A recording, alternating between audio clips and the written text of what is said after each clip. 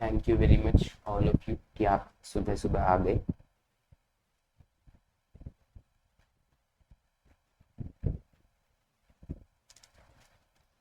आज हम second schedule करने वाले हैं। कल तक हमने फर्स्ट शेड्यूल खत्म कर लिया था और पीछे का भी कुछ पार्ट हमने खत्म कर लिया था।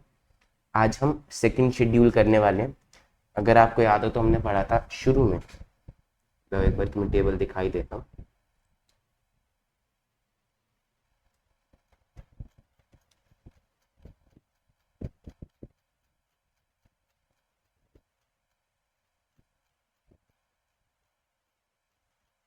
प्रोफेशनल एथिक्स में लैंग्वेज बहुत ज़्यादा ध्यान देने की जरूरत नहीं है। सेंस बनानी चाहिए आपको, लॉजिक समझने चाहिए सारे, है ना। और लैंग्वेज आप अपने हिसाब से लिख सकते हो। बस जो शुरू का क्लोज है, क्लोजेस जो है उनकी लैंग्वेज आपको याद करनी है। बाकी क्लोजेस के अंदर का कंटेंट जितना भी है, लैंग्वेज याद करने की आपको ज़रूरत है ही नहीं। मैंने आपको दिखाया था शुरू में कि देखो जी, हमारे पास दो शेड्यूल्स हैं, दो शेड्यूल्स में अलग अलग तरह की गलतियां होती हैं।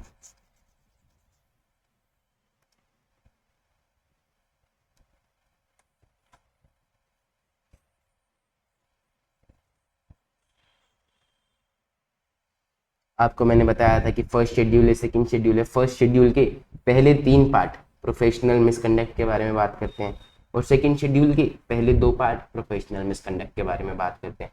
प्रोफेशनल मिसकंडक्ट मतलब सर जो भी हम अपना काम करते हुए हमारे काम से रिलेटेड कोई भी ऐसी गलतियां करते हैं, मिसकंडक्ट करते हैं, तो उसको हम बोलते हैं प्रोफेशनल मिसकंडक्ट। फर्स्ट शेड्यूल का पार्ट 4 एंड सेकंड शेड्यूल का पार्ट 3 ये दोनों डील करते हैं अदर मिसकंडक्ट। कि भैया अगर हम प्रैक्टिस नहीं भी कर रहे, हमारे प्रोफेशनल लाइफ से रिलेटेड नहीं भी है, हमारी पर्सनल लाइफ में भी हमें highest standard of integrity maintain करके रखना। तो हमारा फर्स्ट शेड्यूल कवर हो चुका था, which was the major part of this chapter. हमारा सेकेंड शेड्यूल आज हम पूरा कवर कर लेंगे, है ना। और कल की क्लास में हमारे लिए सिर्फ कुछ चीजें बच जाएंगी, जैसे कि काउंसिल गाइडलाइंस और छोटी मोटी 2-3 चीजें। तो कल आपका ये चैप्टर खत्म हो जाएगा।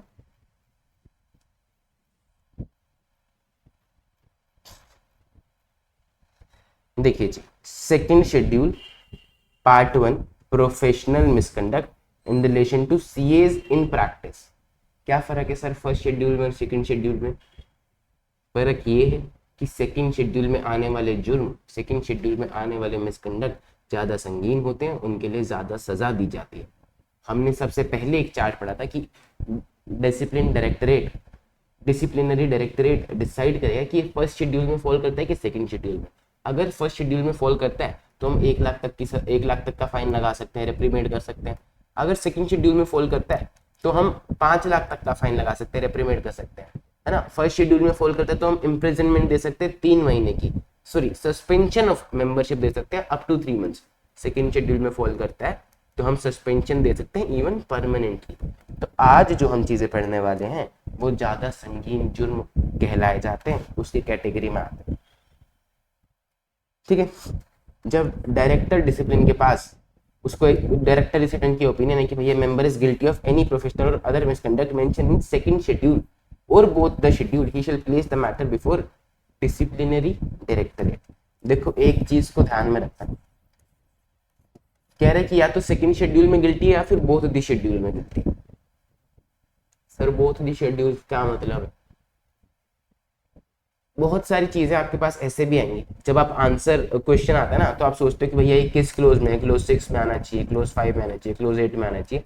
लेकिन एक बात समझिएगा कि ये जो कोड ऑफ एथिक्स है, ये जो सीए एक्ट है, ये सब बनाया गया था, ये इसीलिए बनाया गया था ताकि कोई भी बंदा गिल्टी हो तो हम उसको कवर कर सकें, उसको पकड़ सकें, है ना, वो सजा से ना बच जाए। ये इसीलिए नहीं बनाया गया था कि आईसीआई कल को सवाल पूछेगा और बच्चा पहचान पाए कि क्लोज नंबर कौन सा होना चाहिए। तो कई सारे शेड्यूल्स आ सकते हैं कि भैया यहाँ कवर नहीं होता, यहाँ कवर हो जाए, यहाँ कवर नहीं होता, यहाँ कवर हो जाए, तो इस हिसाब से बनाया गया था। तो 2-3 शेड्यूल मतलब दोनों शेड्यूल में भी आ सकता है, उसको लगता है कि भैया दोनों ही शेड्यूल में फॉल कर रहा है, या फिर 2-3 क्लोजेस में साइमल्टेनियसली उसको लगता है कि इसको डाला जा सकता है। तो 2-3 क्लोज का रेफरेंस, 2 शेड्यूल्स का रेफरेंस आ सकता है इकट्ठा। क्या कहते हैं इस पे एप्लीकेबल होता है first schedule C in practice, second schedule का फर्स्ट पार्ट इस पे एप्लीकेबल होता है C in practice. A CA in practice shall be deemed to be guilty of professional misconduct if he discloses information acquired in the course of professional engagement. किस चीज के बारे में बात करते हैं? बेसिकली आपका कॉन्फिडेंशियलिटी क्लोज, कि भैया जो इन्फॉर्मेशन आपको मिली क्लाइंट की ऑडिट करते टाइम, उसको आप अपने तक ही रखिएगा, कहीं बताइएगा नहीं। अगर एक CA in practice डिस्क्लोज करता है information acquired in the course of his professional engagement किसी भी और पर्सन को जो कि उसका क्लाइंट नहीं है, so engaging him without the consent of his client or otherwise than as required by law for the time being in force. कब कब शेयर कर सकता है? या तो भैया क्लाइंट ने ऑथोराइज कर दिया तो ठीक है शेयर कर दो, हमें क्या दिक्कत है, जब क्लाइंट को कोई दिक्कत नहीं है तो हमें भी कोई दिक्कत नहीं है। या फिर लॉ आपसे बोलता है, ये तो हमेशा का ही कि लो आपसे कुछ भी बोलेगा वो आपको करना पड़ेगा। You can not override the requirements of law. Law कब आपसे बोलेगा? लो कब बोलेगा आपसे, बताइए जी। पढ़ा था ऐसा कुछ कि 1 करोड़ से ऊपर का फ्रॉड होगा तो सेंट्रल गवर्नमेंट को आपको रिपोर्ट करना है ना। तो यहाँ पर रिक्वायरमेंट अप्लाई नहीं होती है कॉन्फिडेंशियलिटी की। अगर आपने सेंट्रल गवर्नमेंट को रिपोर्ट करा है या फिर ईडी की कोई इन्वेस्टिगेशन चल रही है, एनफोर्समेंट डायरेक्टरेट की, वो आपसे कुछ इन्फॉर्मेशन मांगते हैं तो आप उन्हें देंगे। आप कानून को, लॉ को ओवरराइड नहीं करेंगे due to your confidentiality requirement. अगर आपने यहाँ पर इंफॉर्मेशन शेयर करी है तो you will not be held guilty. सही है। अब ये बहुत ज्यादा ज्ञान दे रहे हैं जो कि आपके काम का नहीं है, हम कुछ कुछ लाइनें पढ़ लेते हैं। देखो ऊपर से ओवरव्यू देता हूँ, डिटेल में इसके घुसने की जरूरत नहीं है। बेसिकली आप क्लोज समझो। हमें वैसे भी आंसर में क्या लिखना होता है? हमें लिखना होता है क्लोज, ठीक है, कि ये क्लोज है, फिर ये फैक्ट ऑफ द केस है और ये कंक्लूजन है। तो ये जो इतना बड़ा है ना, ये लिखने की जरूरत है नहीं और ना ही याद करने की जरूरत है। इसको मैंने ब्लू में डालना चाहिए था पर मैंने गलती से रह गया मुझसे ब्लू में डालना, तो आप इसको मार्क कर लेना, लिख लेना साइड में कि ब्लू है, इसको आपको याद करने की जरूरत नहीं है। मैं आपको पढ़ा देता हूँ ये कहना क्या चाहता है। ये बता रहा है कि भैया एक अकाउंटेंट है जो प्रैक्टिस कर रहे हैं, उसके पास ना बहुत सारी इंफॉर्मेशन होती है जो कि हाईली कॉन्फिडेंशियल कैरेक्टर की होती है और ये बहुत इंपॉर्टेंट है अपने प्रोफेशन की डिग्निटी मेंटेन करने के लिए, अपने प्रोफेशन का स्टेटस मेंटेन करने के लिए, कि भैया वो जो इंफॉर्मेशन है वो उसी के पास रहे, किसी और को नहीं दी जाए। वो इंफॉर्मेशन क्यों दी जाती है? ताकि आप अपनी सर्विस अच्छे से कर पाए। टू डिवल्ज सच इंफॉर्मेशन, किसी और को देना ऐसी information, will be breach of professional confidence, जिससे कि बहुत ज्यादा सीरियस कॉन्सिक्वेंसेस अराइज हो सकते हैं, है ना। अगर डिस्क्लोजर रिक्वायर्ड है as a part of performance of the professional duty, कह रहा है कि भैया आपने जो एंगेजमेंट एक्सेप्ट करी है उसमें ही डिस्क्लोजर रिक्वायर्ड है। For example exchange control authority, stock exchange होता है, एक्सचेंज कंट्रोल अथॉरिटीज को आपको कुछ इंफॉर्मेशन सबमिट करनी और यही आपकी एंगेजमेंट है कि सर आप ये प्लीज इंफॉर्मेशन बनाइए और उधर सबमिट कर दीजिए। तो यहाँ पर डिस्क्लोजर आप दे ही रहे हो, क्लाइंट से अलग किसी थर्ड पार्टी को आप दे ही रहे हो, लेकिन आपकी एंगेजमेंट ही यही है। तो इसका मतलब हम मानेंगे कि भैया क्लाइंट ने इस डिस्क्लोजर को कंसेंट किया है और हम इसमें आपको गिल्टी नहीं मानेंगे। फिर ये कह रहा है कि जो रिक्वेस्ट है एंगेजमेंट करने की, द रिक्वेस्ट और the initiative that the member does prefer the service which would entail such disclosure must come from client. Client ने आपको बोलना चाहिए कि सर हमारी एक एंगेजमेंट है, हमारा एक काम है और प्लीज आप ये कर दीजिए, जिसमें आपको एक्सचेंज कंट्रोल अथॉरिटीज को कुछ इन्फॉर्मेशन भर के भेजनी है तो आप भर दीजिए। तो रिक्वेस्ट अगर क्लाइंट कर रहा है तो हम मानेंगे कि भैया क्लाइंट ऑलरेडी कंसेंट दे रहा है और आप you will not be held guilty of professional misconduct. देखो अगर अदर केसेस में डिस्क्लोजर रिक्वायर्ड है तो जरूरी है कि आप इंश्योर करें कि कंसेंट दे दी है क्लाइंट ने, और क्लाइंट में कोई भी नहीं, क्लाइंट के चपरासी जाके कंसेंट पे साइन नहीं कराना। कोई कॉम्पिटेंट पर्सन होगा क्लाइंट में, जैसे कि मैनेजमेंट, जैसे कि बोर्ड ऑफ डायरेक्टर, जैसे कि कोई की मैनेजरियल पर्सन, उससे आपको कंसेंट लेनी है। फिर कुछ एग्जांपल दे रहा है, कह रहा है अगर कोई सोल प्रोप्राइटरी फर्म है तो प्रोप्राइटर से कंसेंट लेनी है। पार्टनरशिप फर्म है तो हर पार्टनर के पास अथॉरिटी है, वो कंसेंट दे सकता है। कंपनी के केस में बोर्ड ऑफ डायरेक्टर कंसेंट देते हैं। कैसे देते हैं सर? अपना जनरल मीटिंग में रेजोल्यूशन पास करके। अगर बोर्ड ऑफ डायरेक्टर की सारी पावर किसी मैनेजिंग डायरेक्टर को डेलीगेट कर रखी है तो आप उससे कंसेंट ले सकते हैं। कॉमन सेंस की बात है, ज्यादा दिमाग लगाने की, पढ़ने की जरूरत नहीं है। एक पॉइंट काम का है, इसको मार्क कर दीजिए। ऊपर वाला भी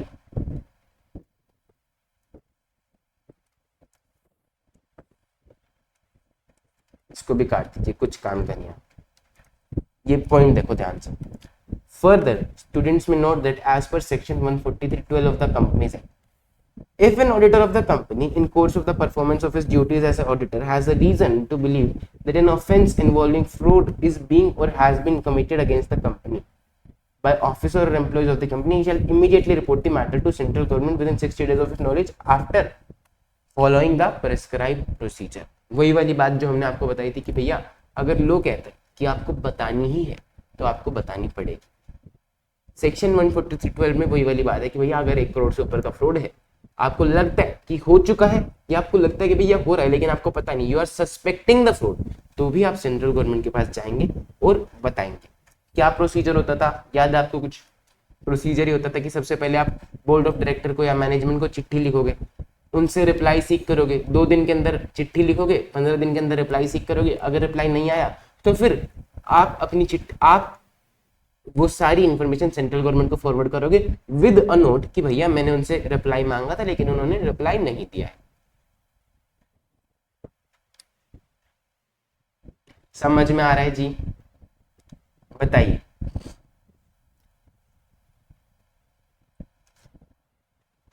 कोई डाउट, दिक्कत, परेशानी?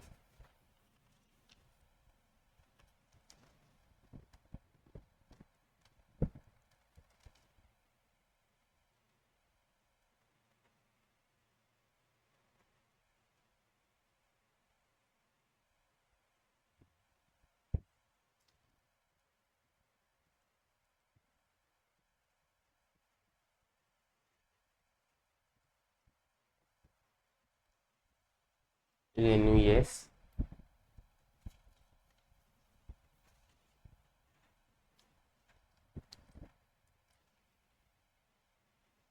आपने सुना है कि कुछ सीएन प्रैक्टिस होते हैं, वो अपना सीओपी निकलवाते हैं और साइनिंग अथॉरिटी किसी और सीए को दे देते हैं और फिर घर में बैठे बैठे पैसे आते रहते हैं उनको। ऐसा कुछ कुछ सुना आपने?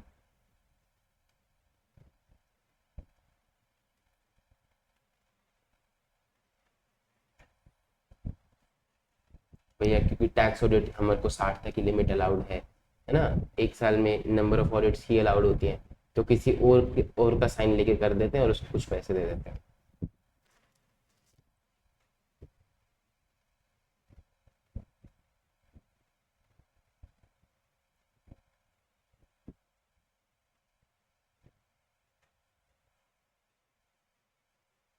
मेरा एक फ्रेंड भी मुझे कह रहा था कि अब तो टीचिंग ही कर रहा है तो सीओपी क्यों नहीं निकलवा लेता, सीओपी निकलवा ले, फिर तेरी साइनिंग अथॉरिटी किसी को दे देंगे क्योंकि वो 1 साल में 60 ही ऑडिट कर सकता है। अब तू अपनी साइनिंग अथॉरिटी देगा तो 60 ऑडिट तेरे नाम से भी कर सकेगा, तो तेरे को वो पैसे देता रहेगा, लाख तो लाख घर पे बैठे बैठे आते भी रहे तो क्या दिक्कत है। ऐसा चलता है मार्केट में, बहुत लोग करते हैं। हालांकि हमारा अगला क्लोज बोलता है कि भैया a CA in practice will be held guilty of professional misconduct if he certifies or submits in his name or in the name of firm a report of an examination of financial statement। कि अगर आप अपने नाम से किसी report को certify करते हो, सबमिट करते हो अपने नाम से, अपनी फर्म के नाम से, ऐसी कोई रिपोर्ट जहां पर आपने बोला है कि हमने एग्जामिनेशन करी है, unless the examination of such statement and the related record has been made by him, by his partner or an employee in his firm or by another CA in practice। Clause two बोलते कि भैया आप ऐसे ही किसी को भी अपनी signing authority नहीं दे सकते, अगर आप दोगे तो आप गिल्टी ऑफ प्रोफेशनल मिसकंडक्ट माने जाओगे।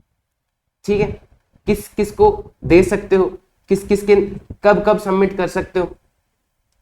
जब वो रिकॉर्ड जो है या तो वो उसने ऑडिट कर लिया हो, उसके पार्टनर ने देख लिया हो, उसके एम्प्लॉई ने देखी हो, या फिर किसी अदर सीएन प्रैक्टिस ने देखी हो। इन 2 पे बोलता है कि भैया आपको सुपरविजन करना है। सुपरविजन जरूरी है क्योंकि जिम्मेदारी आपकी है।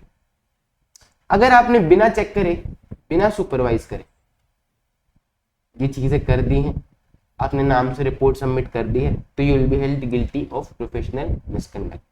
आप भी आगे के लिए ध्यान रखिएगा कि सेकेंड शेड्यूल पार्ट 1 क्लोज 2 आपको बोलता है कि अपनी साइनिंग अथॉरिटी किसी और को नहीं देनी है। अगर आप दोगे और आपके नाम से ऑडिट्स होके जा रही हैं, आपको वो थोड़े थोड़े पैसे दे देगा, 1,00,000 2,00,000 3,00,000, लेकिन ये सेकेंड शेड्यूल के अंदर फॉल करता है। और सेकेंड शेड्यूल में स्ट्रिक्ट एक्शंस है। क्या 3 एक्शंस थे? या तो रेप्रीमेंड कर सकते हैं, वार्निंग देके छोड़ सकता है, जो कि वो आपको नहीं छोड़ेगा इस केस में, या फिर 5 लाख तक का फाइन लगा सकता है, लगाएगा ही लगाएगा। एंड तीसरा, suspension of membership till any period he deems fit और इवन परमानेंटली। आपकी मेंबरशिप परमानेंटली भी सस्पेंड करी जा सकती है अगर आप ये तरह की हरकत करते हैं। तो देखा जाता है कि कितना सीवियर था कितना नहीं था, लेकिन स्टिल मैं नहीं चाहूंगा कि आप लोग इतनी मेहनत करके जो सीए डिग्री लेते हो वो 1,00,000 2,00,000 3,00,000 के चक्कर में आपकी मेंबरशिप सस्पेंड हो जाए परमानेंटली, है ना। तो प्लीज ऐसा मत कीजिएगा।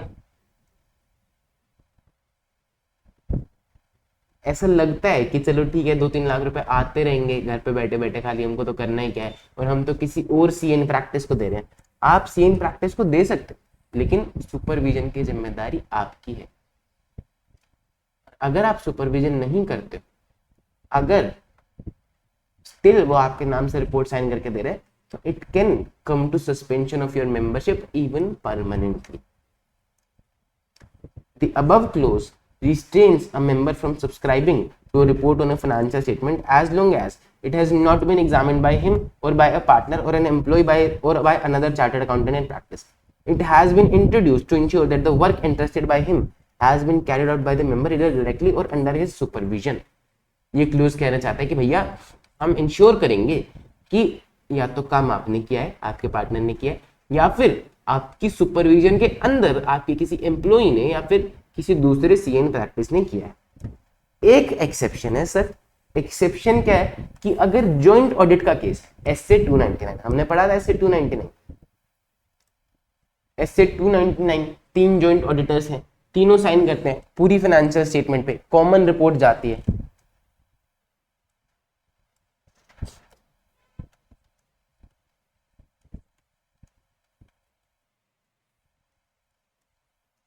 ए बी सी 3 जॉइंट ऑडिटर्स हैं, कॉमन रिपोर्ट चाहती है इनकी, है ना। तो ये अपने एरिया, इनको जो जो काम एलोकेट हुए, जो जो वर्क डिवाइड हुए, अपने अपने रिस्पेक्टिव एरियाज के लिए जिम्मेदार रहते हैं और उन एरियाज की ये चेकिंग करते हैं। लेकिन ये साइन तो पूरी फाइनेंशियल स्टेटमेंट्स पे करते हैं। तो इस केस में एक एक्सेप्शन दी गई है कि भैया आप इन दोनों का काम रिव्यू नहीं कर रहे हो तो ठीक है, चल जाएगा। You will not be held guilty of professional misconduct. Logical भी है ना। इसने फिर एसए 299 समझा रखा है वापस से, तो आप ये यहां से नहीं पढ़ेंगे, आप अपने एसए 299 से ही पढ़ेंगे, यहां से दोबारा पढ़ने की जरूरत नहीं है। मैं एक बारी आपको बता देता हूँ कि इसमें क्या लिखा हुआ है। ये वही बात बता रहा है कि जब जॉइंट ऑडिटर को अपॉइंट किया जाता है तो काम को डिवाइड कर लिया जाता है इन आइडेंटिफाइबल यूनिट्स और एरियाज, और हर किसी जॉइंट ऑडिटर की अपनी अपनी यूनिट को लेके जिम्मेदारी होती है ना।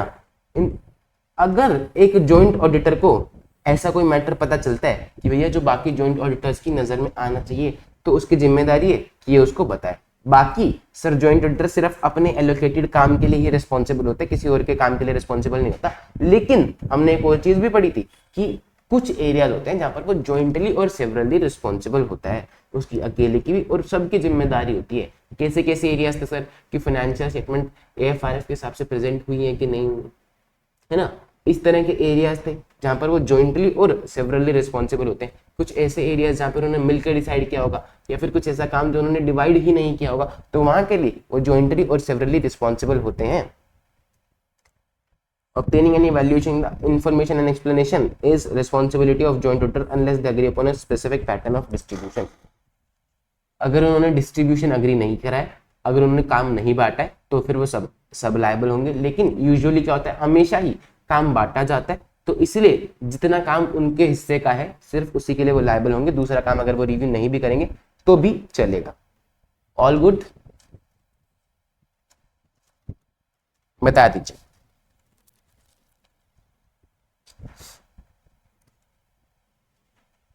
फिर है सर अगला close, a CA in practice shall be held guilty of professional misconduct if he permits his name or the name of his firm to be used in connection with an estimate of earnings contingent upon future transactions.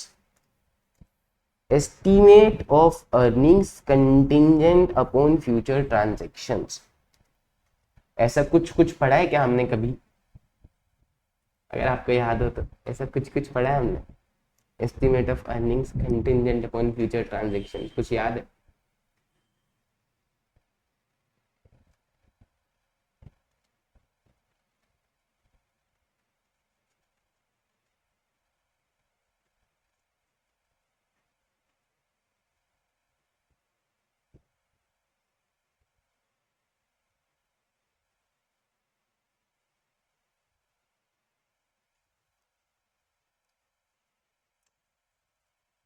Sir ये हमने पढ़ा था SAE 3400।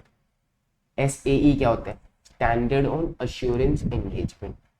Standard on assurance engagement क्या बोलता है कि भैया आप प्रोस्पेक्टिव फाइनेंशियल इंफॉर्मेशन पे अश्योरेंस दे सकते हो, कोई दिक्कत नहीं है। हमने आपको बताया था प्रोस्पेक्टिव फाइनेंशियल इंफॉर्मेशन क्या होती है? फ्यूचर की इंफॉर्मेशन है ना, कैश फ्लो फोरकास्ट प्रोजेक्शन, किस बेसिस पे? बेस्ट एस्टिमेट अजम्पशन के बेसिस पे।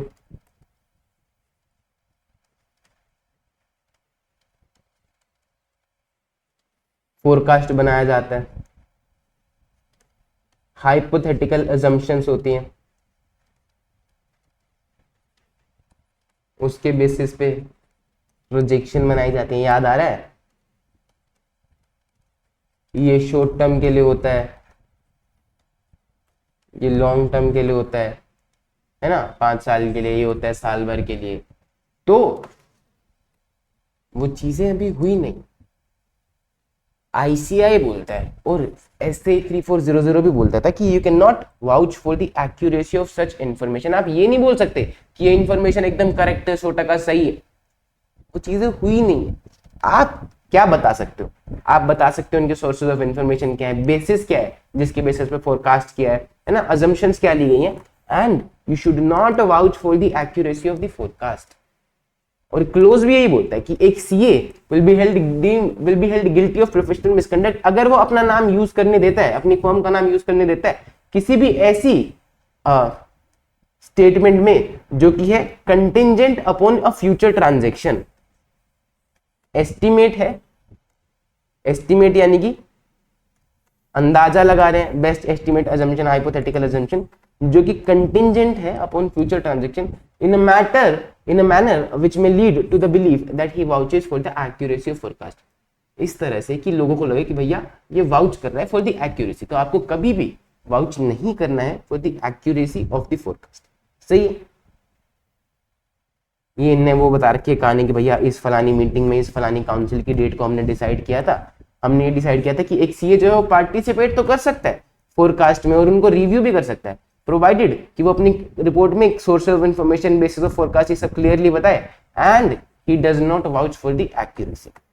काउंसिल ने ये भी बताया कि भैया हाइपोथेटिकल अजम्पशन के बेसिस पे जो फोरकास्ट प्रोजेक्शन बनाई गई वो भी आप रिव्यू कर सकते हो।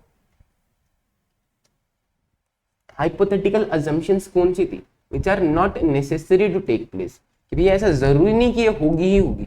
हम सोच रहे हैं जैसे कि नया प्रोडक्ट लॉन्च कर देना, तो जरूरी नहीं कि ऐसे फाइनेंशियल्स आएंगे ही। बेस्ट एस्टिमेट अजम्पशंस में तो ये था कि भैया इतना तो हो ही जाएगा, हमें पता है कि भैया 5% ग्रोथ तो हो ही जाएगी। हाइपोथेटिकल में था कि भैया 50% ग्रोथ एक्सपेक्ट कर रहे हैं क्योंकि हम एक नया प्रोडक्ट लॉन्च कर रहे हैं, तो जरूरी नहीं है कि वो होगा, लेकिन हो भी सकता है ना, माइट हैपन वाला सिनेरियो। तो उसका भी वो रिव्यू कर सकता है, उसका भी एश्योरेंस दे सकता है, as long as he does not vouch for the accuracy of the projection. क्या बात समझ में आती है? फिर वो बोलता है कि सारी चीजें उसको सेबी रेगुलेशंस 2018 के प्रोविजंस को दिमाग में रख के करनी चाहिए, उसके हिसाब से सारे काम करने चाहिए रिलेटिंग टू द प्रोस्पेक्टस, अगर वो प्रोस्पेक्टस इशू में इन्वॉल्व है तो। फिर एक एग्जाम्पल बता रहा है, देखो जी, एक सीए ने 97 प्रोजेक्शन स्टेटमेंट्स इशू करी for certain individuals without verifying the basic documents on the basis of which the bank has extended the loan amount. एक बैंक के पास गई एक फलानी कंपनी, उसने बैंक से कहा बैंक जी मुझे लोन चाहिए था। बैंक ने कहा किस बेसिस पे लोन दे? कह रहा हमारा फ्यूचर बहुत ब्राइट है, लड़का बड़ा स्मार्ट है, ग्रो कर लेगा कंपनी। इनने कहा सीए से साइन करा के लो। उन्होंने प्रोजेक्शन स्टेटमेंट्स बनाई, सीए से साइन कराया, और सीए ने, निकम्मे ने, कुछ बेसिक डॉक्यूमेंट्स भी वेरीफाई नहीं किए, साइन करके दे दिया। कह रहा है साइन के पैसे हैं हमारे, तो इसी के तो सारे पैसे हैं, वरना हम भी तुम्हारे जैसे। तो अब बैंक ने उसके साइन को देख के लोन दे दिया। फिर पता चला कि भैया bank revealed that the person for whom respondent had issued the financial statement did not have any business source for repayment। बाद में पता चलता है उसके पास पैसे देने के लिए कोई सोर्स ही नहीं है। तो जो सीए है will be held guilty of professional misconduct in close 3। 7, 8 अभी हमने पढ़े नहीं है, पढ़ेंगे। बात समझ में आती है?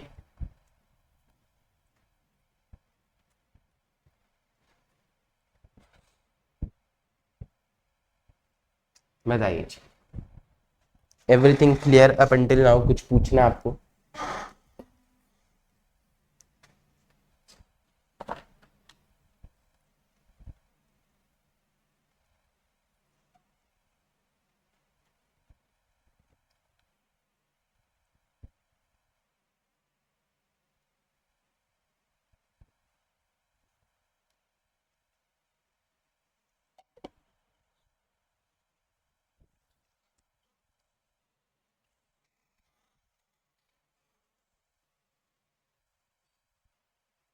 ठीक है जी, देखिए, a CA in practice shall be held guilty of professional misconduct if he expresses his opinion on financial statement in which he, his partner, has a substantial interest। Substantial interest क्या होता है? कल हमने पढ़ा था सब्सटैंशियल इंटरेस्ट क्या होता है। सेम वही कल वाला ही है।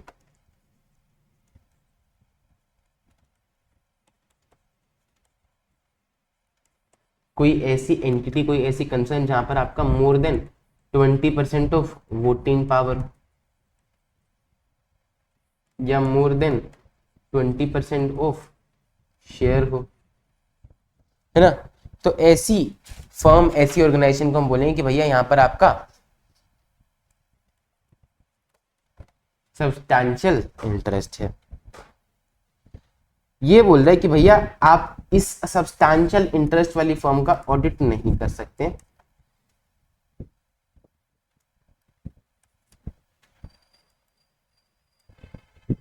अगर आपने करा, आपने ओपिनियन एक्सप्रेस करी on the financial statement of business और एंटरप्राइज जहां पर आपका, आपकी फर्म का, आपके किसी पार्टनर का सब्सटैंशियल इंटरेस्ट था, तो you will be held guilty of professional misconduct. ठीक है, क्यों? क्योंकि हम ये चाहते हैं कि भैया हमारा जो ओपिनियन है ऑडिटर का, उसकी रिस्पेक्ट बनी रहे, उसकी इज्जत बनी रहे, कॉन्फिडेंस लाए पब्लिक उस पे, है ना, पब्लिक को कॉन्फिडेंस दे वो। उसके लिए ये जरूरी है कि भैया it should be free of any interest.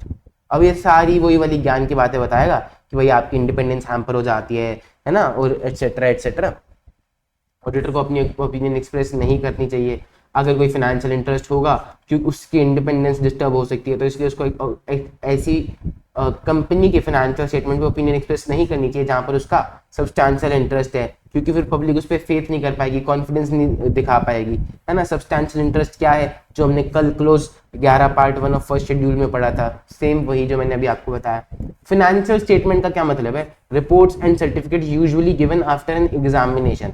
Financial statement basically जिस चीज का भी आप ऑडिट करते हो, रिपोर्ट देते हो, सर्टिफिकेट देते हो, ठीक है। This would not however apply to cases which statements are prepared by the member in employment purely for the information of their respective employers. अगर एक सीए है, वो काम कर रहा है अपनी फर्म में, उसने अपने ऊपर वाले बॉस के लिए कुछ इंफॉर्मेशन बनाई है और उसको साइन करके दिया कि सर ये सही है, थर्ड पार्टी के लिए नहीं, बाहर के लिए नहीं, अपने बॉस के लिए उसने, कोई मेंबर है जो कि एम्प्लॉयमेंट में है और purely for the information of their respective employer, employer ने बोला कि भैया ये काम कर, उसने कर दिया in the normal course of duty and not meant to submitted for any outside entity, उस केस में गिल्टी नहीं माना जाए।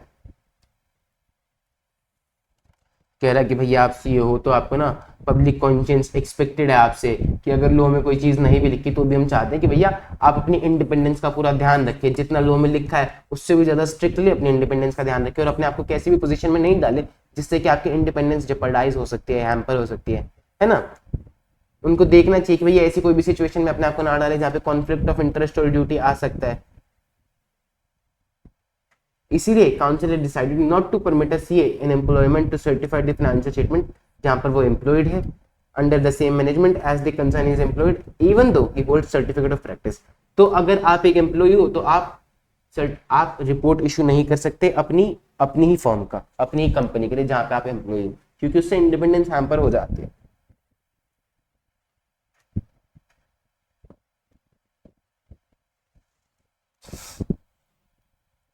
फिर वो कह रहा है कि एक सीए को जहां पर वो पार्ट टाइम लेक्चर देता है उस कॉलेज की ऑडिटरशिप भी एक्सेप्ट नहीं करनी चाहिए, यानी कि उस कॉलेज का ऑडिटर भी नहीं बन सकता वो जहां पर वो पार्ट टाइम लेक्चर देता है। पार्ट टाइम लेक्चर देना एजुकेशनल इंस्टीट्यूट में अलाउड है अंडर स्पेशल परमिशन, ये हमने कल पढ़ा था, है ना। और जहां पर वो एम्प्लॉय है या ट्रस्टी है तो उस ट्रस्ट का ऑडिटर भी नहीं बन सकता अ सीए इन प्रैक्टिस।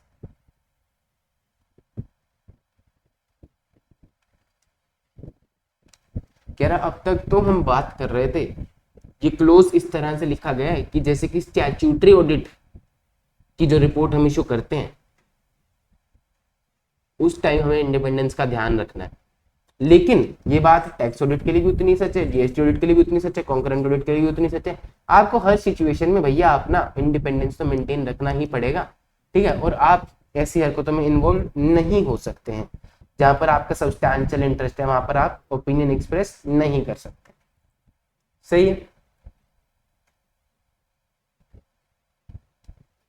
कह रहे हैं कि ऐसा जरूरी नहीं है कि वो कंपनी हो, अगर कोई सोल प्रोप्राइटरशिप फर्म हो, कोई पार्टनरशिप फर्म हो, वहां पर भी अगर आपका सब्सटैंशियल इंटरेस्ट है तो भी आप उनकी फाइनेंशियल स्टेटमेंट को रिपोर्ट नहीं कर सकते हैं। इंडिपेंडेंस आपको तब भी मेंटेन करके रखनी पड़ेगी क्योंकि independence is the fundamental requirement, ठीक है। अब वो फिर बताएगा, कह रहा है कि an enterprise of concern which a member is either owner और पार्टनर, आप खुद ही ओनर हो खुद ही पार्टनर हो तो आपकी इंडिपेंडेंस अफेक्ट हो जाएगी, इसलिए आपको ऑडिट नहीं करनी है। फालतू की बात आपको पता है ना। पार्टनर या रिलेटिव का कोई सब्सटैंशियल इंटरेस्ट है, चाहे वो कंपनी हो चाहे वो कंपनी ना हो, ठीक है, आपकी इंडिपेंडेंस यहां भी कॉम्प्रोमाइज हो जाएगी, तो इसलिए कॉम्प्रोमाइज ना करो आप अपनी इंडिपेंडेंस और आप ऑडिट एक्सेप्ट नहीं करोगे। पार्टनर या फिर आप खुद, आपकी पोजीशन है कंपनी में एज ए डायरेक्टर ऑफिसर या एम्प्लॉय, यानी कि आप एक ऊंचे लेवल पे हो, तो साहब क्या आप एक्सेप्ट कर सकते हो? नहीं कर सकते। कल भी हमने पढ़ा था कि चाहे वो डायरेक्टर सिंपलिसिटर हो, चाहे वो whole time director managing director हो, ठीक है, आप नहीं कर सकते engage in a test function में एंगेज नहीं हो सकते आप, ना ही कोई सर्टिफिकेट, ना ही आप रिपोर्ट, ना ही अपनी ओपिनियन दे सकते हो जिससे कि लोगों का कॉन्फिडेंस बढ़े। सही है।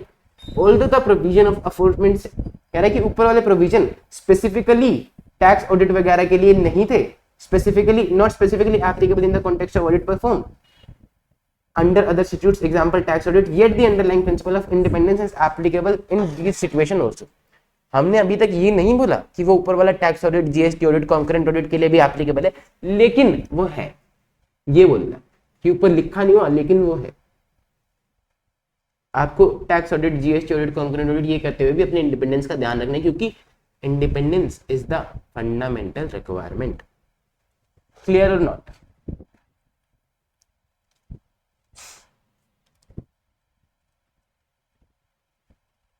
अगर मेंबर यानी कि सी इन प्रैक्टिस के पास कोई सिक्योरिटी है, कोई इंटरेस्ट है, कोई शेयर्स होल्ड करता है, तो फिर वो ऑडिट नहीं कर सकता, ठीक है। किस चीज का नहीं कर सकता?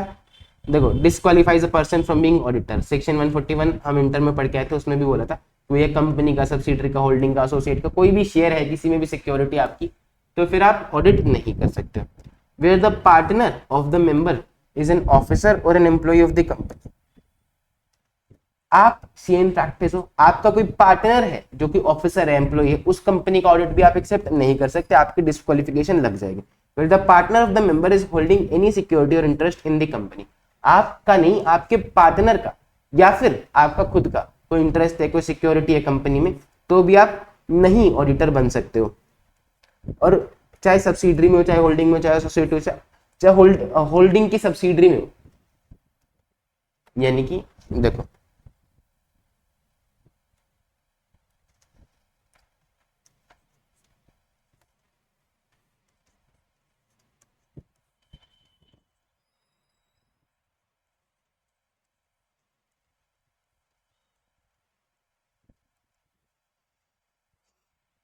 आपके पार्टनर का या आपका होल्डिंग में, अपनी कंपनी में जिसका आप ऑडिट करना चाहते हो, होल्डिंग की किसी और सब्सिडरी में, या आपकी खुद की कंपनी की सब्सिडरी में कोई भी फाइनेंशियल इंटरेस्ट है, सब्सटैंशियल इंटरेस्ट है, कोई शेयर सिक्योरिटी होल्ड करते हो, तो आप इनमें से किसी भी कंपनी का ऑडिट एक्सेप्ट नहीं कर सकते हो, क्योंकि फिर आपकी इंडिपेंडेंस कॉम्प्रोमाइज हो जाएगी।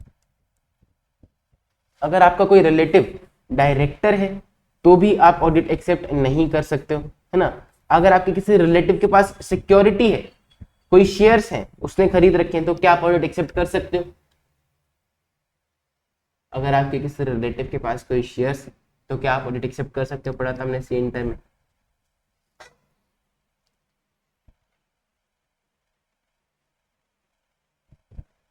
तो बताइए।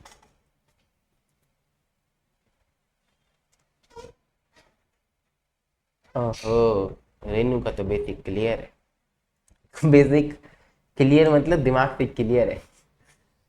मैडम जी, हमने पढ़ा था कि रिलेटिव के पास शेयर्स हो सकते हैं up to face value of 1,00,000 rupees. याद है? अगर रिलेटिव के पास 1,00,000 रुपीज तक के शेयर्स हैं तो आप ऑडिटर बन सकते हो। If the relative holds security or interest in the company or its subsidiary or holding or associate, उसके पास कहीं पे भी हो 1,00,000 तक के शेयर होने चाहिए तो आप ऑडिटर बन सकते हो। अच्छा चलो, अब मुझे इसका कोई लॉजिक बता देगा। आपके पार्टनर के पास शेयर हो तो आप डिस्क्वालीफाई, आपके रिलेटिव की कोई पोजीशन हो तो आप डिस्क्वालीफाई, हर सिचुएशन में आप डिस्क्वालीफाई। लेकिन आपके रिलेटिव 1,00,000 तक के शेयर होल्ड कर सकता है, ऐसा क्यों? और 1,00,000 मार्केट वैल्यू नहीं है, फेस वैल्यू है। कंपनी के शेयर होते हैं 10 रुपए, 8 रुपए, 2 रुपए, 1 रुपए, और उनकी मार्केट वैल्यू होती है 1,600 रुपए, 1,000 रुपए, 500 रुपए। तो काफी सिग्निफिकेंट अमाउंट हो जाए। लेकिन स्टिल इन्होंने बोला कि भैया 1,00,000 रुपए तक की फेस वैल्यू है तो आप ऑडिटर बन सकते हो। लॉजिक कोई देना चाहेगा मुझे, या फिर मैं दे दूं आपको?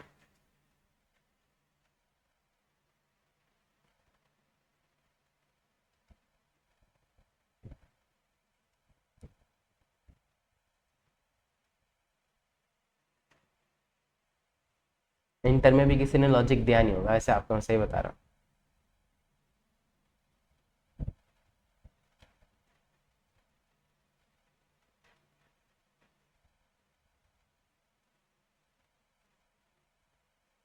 देखो जी, बात ये है कि ये जो क्लोज लिखा गया था, ये लिखा गया था सोच के कि अगर आपका कोई रिलेटिव है, उसने लॉन्ग टर्म के लिए इन्वेस्टमेंट करी, है ना, वो आपने जब सीए शुरू भी नहीं की थी तब से भाई वो इन्वेस्टमेंट करते जा रहा है।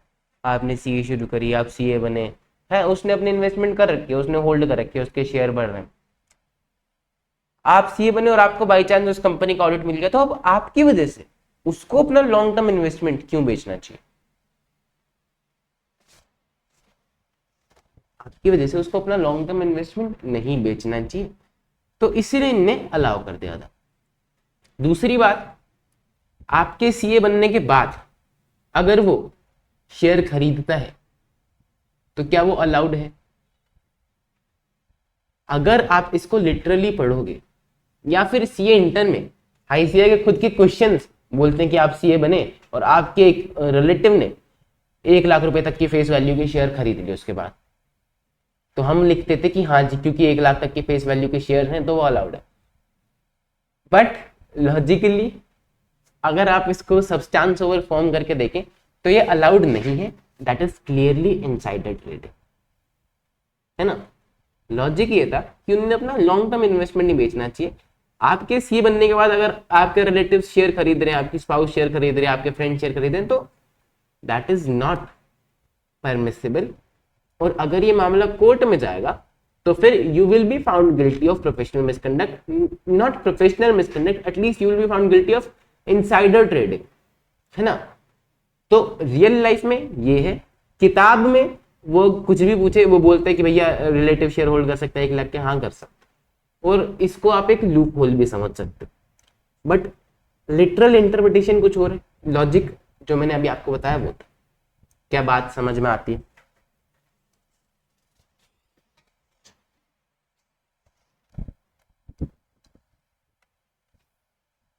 कह रहा लेकिन हाँ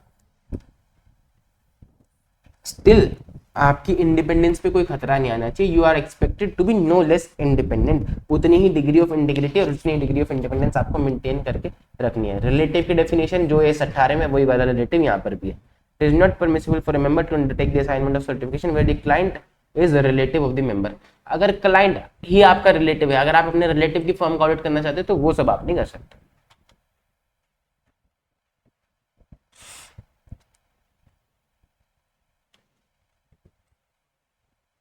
आपने ऑडिट एक्सेप्ट करी तो क्या आप उसकी बुक्स ऑफ अकाउंट बना सकते हो? नहीं जी, नहीं बना सकते, है ना।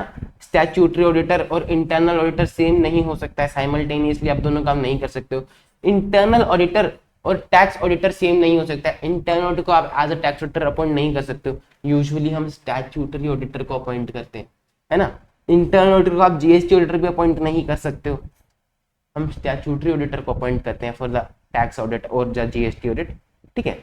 फिर देखो इसको मार्क करिएगा, important, cooling off period after completion of tenure as a director.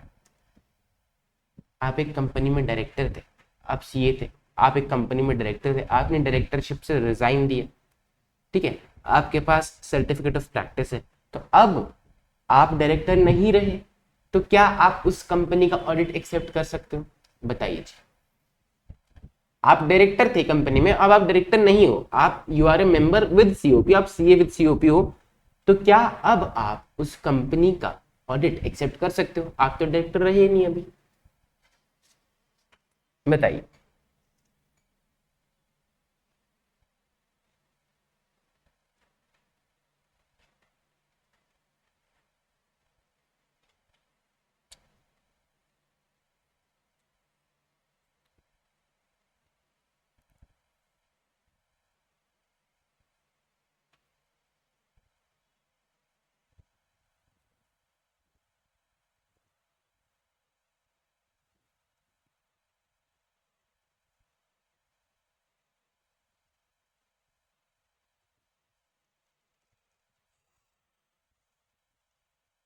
वो कहते हैं कि जब 2 साल निकल जाएं उसके बाद आप उस कंपनी का ऑडिट एक्सेप्ट कर सकते हो। तो a member shall not accept the assignment of audit of the company for a period of 2 years। 2 साल तक तो आप एक्सेप्ट नहीं कर सकते, 2 साल के बाद आप एक्सेप्ट कर सकते हो। When your completion of his tenure as a director or resignation as a director, directorship से रिजाइन करने के बाद या डायरेक्टर का आपका टेन्योर कंप्लीट हो गया, अब आप उस कंपनी के पार्ट नहीं हो, उसके बाद से 2 साल तक आप ऑडिट एक्सेप्ट नहीं कर सकते हो। 2 साल के बाद आप ऑडिट एक्सेप्ट कर सकते हो। Members to satisfy whether appointment is as per statute. कोई भी ऑडिट एंगेजमेंट एक्सेप्ट करने से पहले आपको ये देखना है कि भैया सारी रिक्वायरमेंट्स स्टैट्यूट की, कानून की, सब कुछ प्रॉपरली फुलफिल किया गया है कि नहीं किया गया। एंटिटी ने आपको उसी तरह से अपॉइंट किया जिस तरह से एंटिटी का स्टैट्यूट बोलता है। एंटिटी पे अगर कंपनी लो लगता है तो उसके हिसाब से आपको अपॉइंट किया है। अगर एंटिटी की ट्रस्ट डीड थी, कोई इंस्ट्रूमेंट था जिसके हिसाब से एंटिटी काम करती है, तो आपकी अपॉइंटमेंट उसके हिसाब से वैलिड है। ऑडिटर को ये इंश्योर करना चाहिए, एक सीएन प्रैक्टिस को ऑडिट एक्सेप्ट करने से पहले ये इंश्योर करना चाहिए। अगर देखो कोऑपरेटिव सोसाइटीज होती हैं, कोऑपरेटिव सोसाइटी का ऑडिटर उनका रजिस्ट्रार अपॉइंट करता है।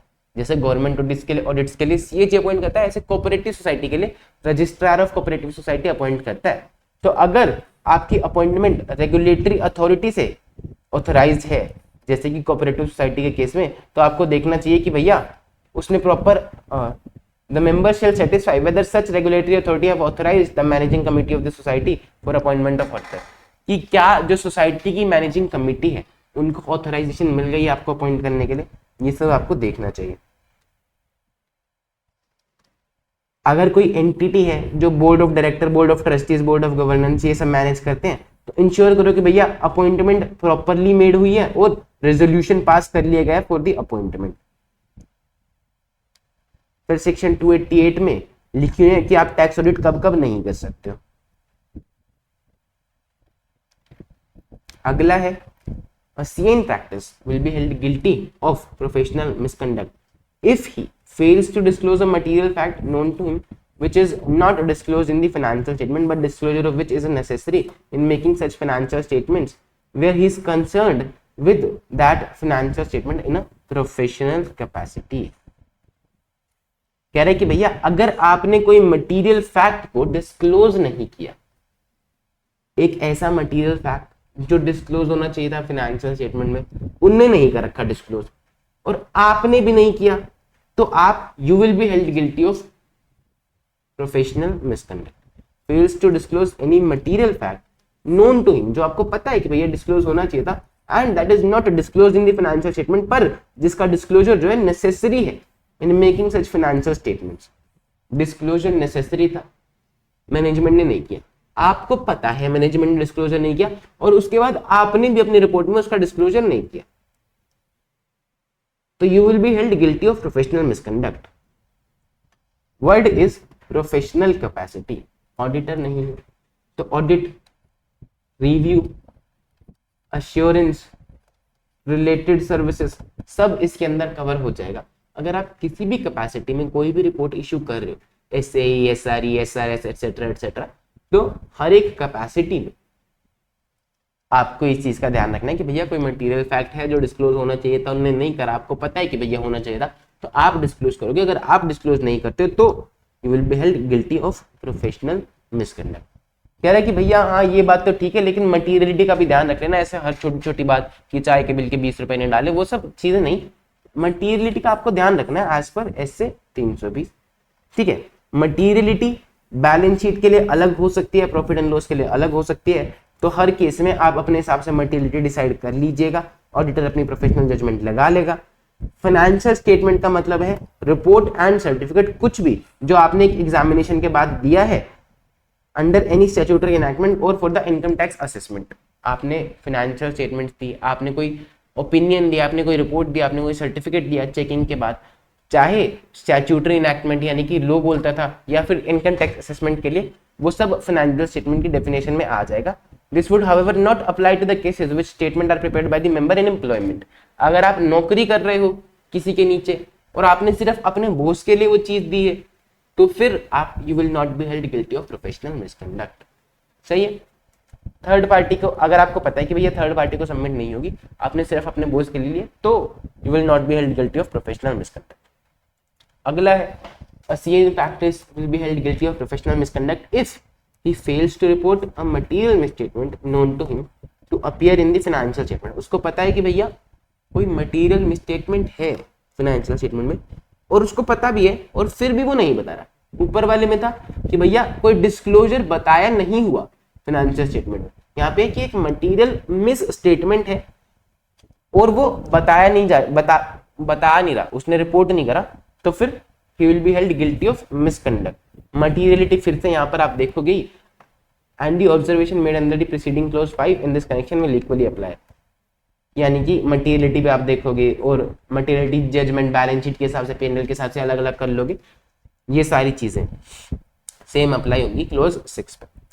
फिर he will be held guilty of professional misconduct if he does not exercise due diligence or is grossly negligent in conduct of his professional duty। अगर जो CA in practice है वो proper ध्यान से काम नहीं कर रहा या फिर ग्रोसली नेग्लिजेंट है, ऐसे ही बस करके दे रहा है, हाँ ठीक है साइन कर दिया हो गया चलो जाओ यहाँ से, तो ही will be held guilty of professionally misconduct. Does not exercise due diligence में आप मान लो कि भाई अनइंटेंशनल गलती, कि हाँ ठीक है आपने थोड़ा ध्यान से काम नहीं किया बट वो अनइंटेंशनल था, कोई गलती रह गई अनइंटेंशनल थी। ग्रोसली नेग्लिजेंट में आपको पता है कि भैया मेरे को वहां पर प्रोसीजर लगाना चाहिए पर आप लगा नहीं थे, आपको पता है कि हाई रिस्क एरिया है, आपने खाली रिटर्न रिप्रेजेंटेशन लिया, आपने काम चला लिया, आपने प्रॉपर प्रोसीजर्स फॉलो नहीं करे, that is grossly negligent, that is intentional, है ना। अगर आप जानबूझ के कर रहे हो तो संगीन जुर्म है, अगर आप अनइंटेंशनल कर रहे हो तो इसीलिए सेकंड शेड्यूल में मैंने आपको बताया था कि सर यहाँ पर भी एक प्रोविजन है टू रिप्रिमेंड द मेंबर, कि यहाँ पर भी धमकी देके छोड़ सकता है ना। तो अगर उसको लगता है कि भैया अनइंटेंशनल है, गलती से हो गया, अगली बार नहीं करेगा, तो धमकी देके छोड़ा जा सकता है ना। या फिर आपकी मेंबरशिप परमानेंटली भी सस्पेंड करी जा सकती है। कह रहा है ये जो नेग्लिजेंस हमने बोला ना शब्द, नेग्लिजेंस में सब कवर हो जाता है, फ्रॉड, बड़े बड़े फ्रॉड से लेके छोटी मोटी माइनर नेग्लिजेंस तक सब कवर होता है। एक जजमेंट थी कि भैया ऑडिटर की ड्यूटी है कि वो कॉम्पिटेंट रहे, केयरफुल रहे, कॉशियस रहे। हाँ, हम मानते हैं कि भैया उसको डिटेक्टिव बनने की जरूरत नहीं है, he is a watch dog but not a blood hound. लेकिन अगर उसे लगता है कि भैया कुछ ऐसी चीज है जहां पर उसका सस्पिशन अराइज हो रहा है, उसको लगता है कि भैया यहाँ पे शक है, कुछ दिक्कत है, तो फिर उसको उसकी छानबीन करनी चाहिए, उसकी सतह तक जाके, तह तक जाके, है ना। लेकिन अगर ऐसा कुछ नहीं है तो वो सिर्फ रीजनेबली कॉशियस रहे, केयरफुल रहे। प्रोफेशनल मिसकंडक्ट एक बहुत ही फेयरली वाइड टर्म है ना। It imply fairly serious cases of misconduct of gross negligence. Negligence would not amount to gross negligence. Gross negligence क्या है और ड्यू डिलिजेंस एक्सरसाइज नहीं करना क्या है, वो अलग अलग चीजें, वो डिपेंड करेंगी सर्कमस्टांसेस टू सर्कमस्टांसेस, ठीक है। लेकिन एक बारी डिसिप्लिनरी कमिटी की नजर में तो आना ही चाहिए और उस मेंबर को ज्यादा अटेंशन देनी चाहिए फ्यूचर में, ताकि ऐसे एरर्स इस तरह से ना, जब कोर्ट में मामला आएगा तो हम डिसाइड करेंगे कि was it lack of due diligence या वाज इट ग्रोसली नेग्लिजेंस, कितनी बड़ी ग्रोसली नेग्लिजेंस है, उसके कॉन्सिक्वेंसेस क्या है, उसके हिसाब से हम आपको सजा देंगे आप। लेकिन फिर भी ये मैटर एक बार डिसिप्लिनरी कमेटी के सामने तो आना ही चाहिए। क्या बात समझ में आ गई यहां तक?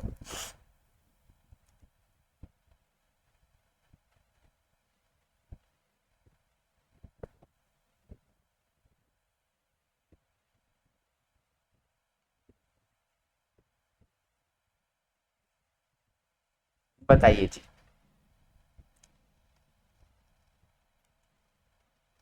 अगला क्लोज 8 बोलता है a member in practice shall be held guilty of professional misconduct if he fails to obtain sufficient information which is necessary for the expression of an opinion or its exception are sufficiently material to negate the expression of an opinion।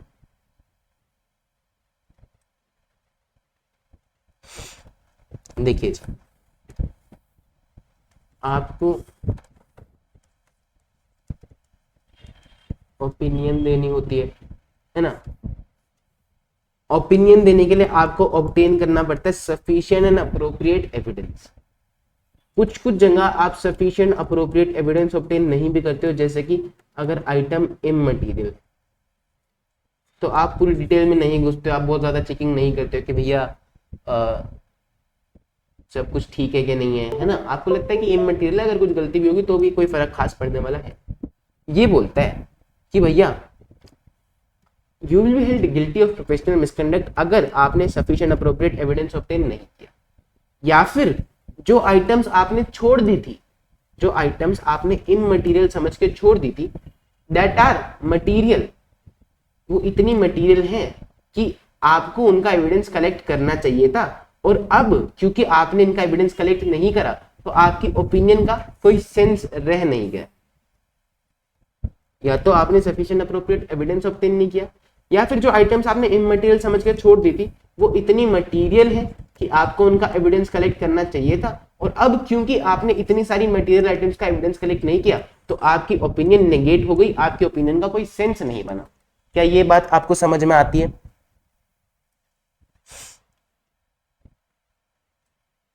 कि हम किस basis पे आपकी opinion को सही समझे, क्योंकि आपने तो एविडेंस ही नहीं लिया बहुत सारी मटेरियल चीजों का। देखो, fails to obtain sufficient information, sufficient appropriate evidence नहीं लिया जो कि नेसेसरी था एक्सप्रेशन ऑफ एन ओपिनियन के लिए, और its exceptions are sufficiently material, जो चीजें आपने छोड़ी थी वो इतनी मटेरियल है to negate the expression of an opinion, कि अब आपकी ओपिनियन का एक्सप्रेशन का कोई सेंस नहीं बनता है कि भैया आपने ओपिनियन कुछ भी दियो, आपने आधी चीजें तो चेक ही नहीं करी, है ना।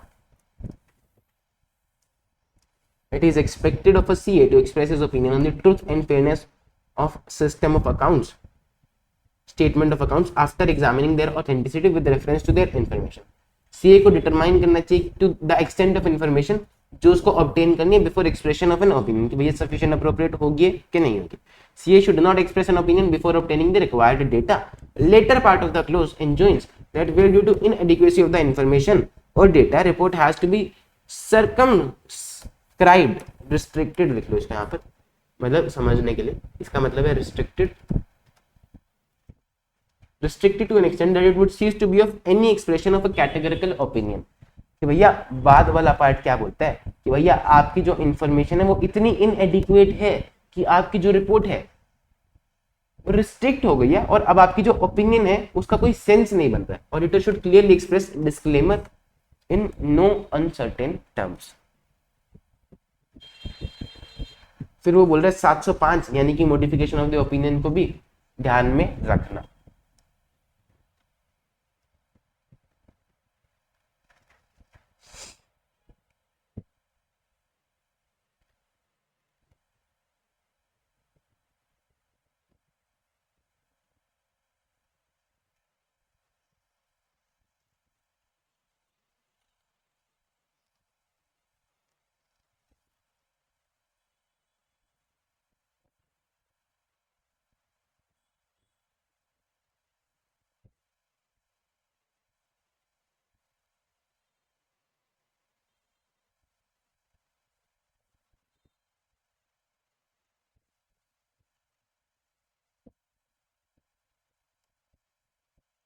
देखो इसने एक केस दे रखा है, a certificate is a written confirmation of the accuracy of the facts stated therein, does not involve any estimate or the opinion.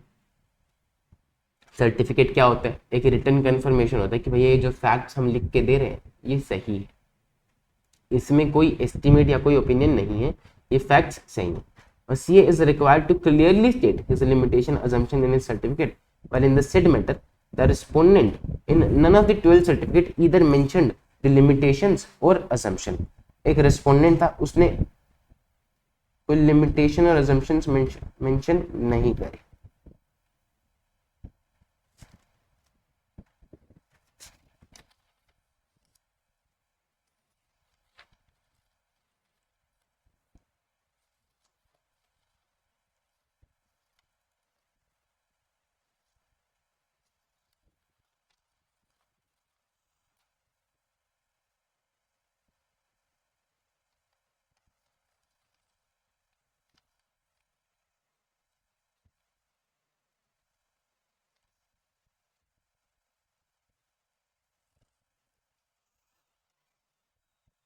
देखो जी केस क्या था, केस ये था कि एक बंदा था, एक कंपनी जिसको बैंक से लोन चाहिए था, वो गए IDBI बैंक के पास और उन्होंने कहा कि जी हमको लोन चाहिए। इन्होंने बोला कि किस बेसिस पे लोन दे, तो उसने कहा कि भैया हमारी एसेट्स है हमारे पास, इसके बेसिस पे आप लोन दे दो। इन्होंने कहा कि भैया CA से एक सर्टिफिकेट बनवा के ले आओ। तो वो गए CA के पास, उनने बोला CA को कि भैया सर्टिफिकेट बना के दे दो, आपको फिजिकली वेरीफाई करने की जरूरत नहीं है अपनी एसेट्स को, ठीक है, आप बस देख लो कि वैल्यूएशन सही लग रही है, हमने सही कर रखा है कि नहीं, फिजिकली वेरीफाई करने की जरूरत नहीं है, सर्टिफिकेट पे साइन करके दे दो कि भैया ये सब ठीक है। CA ने देख लिया, ठीक है, CA ने असम्पशंस देख ली, लिमिटेशंस देख ली और उसने सर्टिफिकेट इशू कर दिया, लेकिन उसने ये नहीं बताया कि भैया मेरी जॉब नहीं थी to verify the assets physically और ओरिजिनल बिल का वेरिफिकेशन करना। क्लाइंट ने उसको कहा था कि आपको करने की जरूरत नहीं है, उसने अग्रीड अपॉन प्रोसीजर के हिसाब से सर्टिफिकेट इशू करके देता कि भैया क्लाइंट जैसे जैसे जो उसके हिसाब से बोल रहा है उसके हिसाब से मैं सर्टिफिकेट इशू कर देता। बस उसने बताया नहीं कि भैया मेरी जॉब ये नहीं थी to verify the assets physically.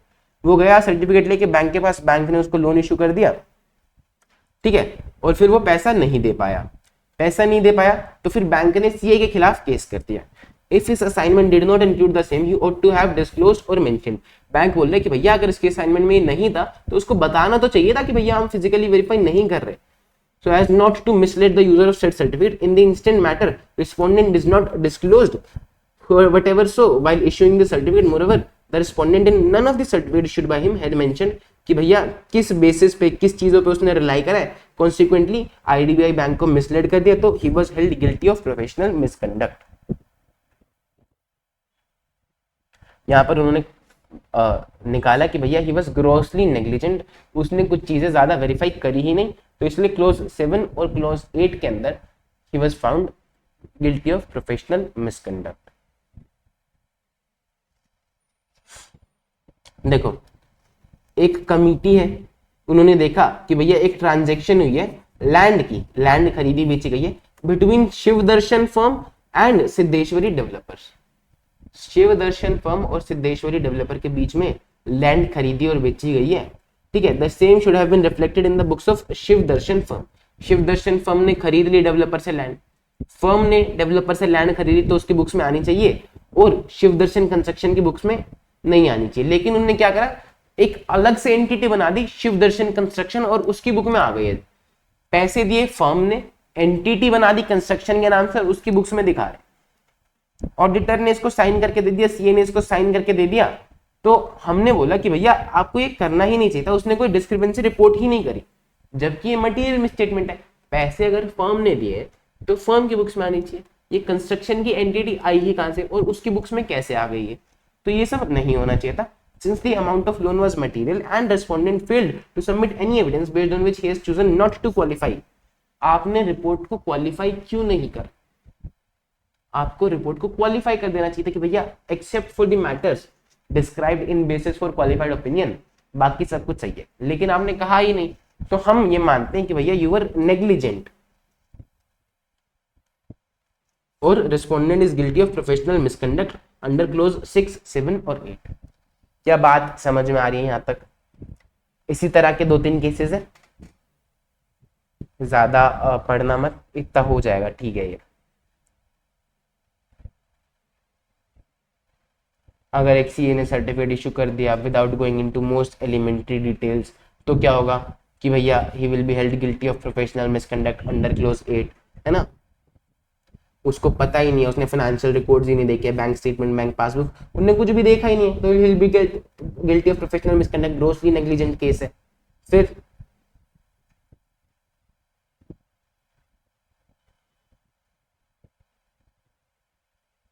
Close 9 पे आते हैं.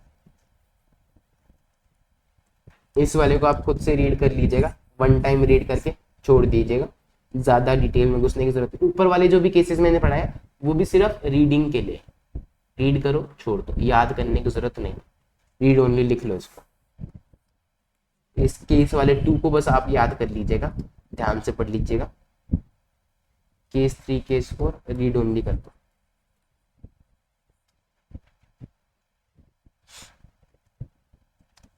फिर है a CA in practice will be held guilty of professional misconduct if he fails to invite attention to any material departure from the generally accepted procedure of the audit except applicable to any circumstances.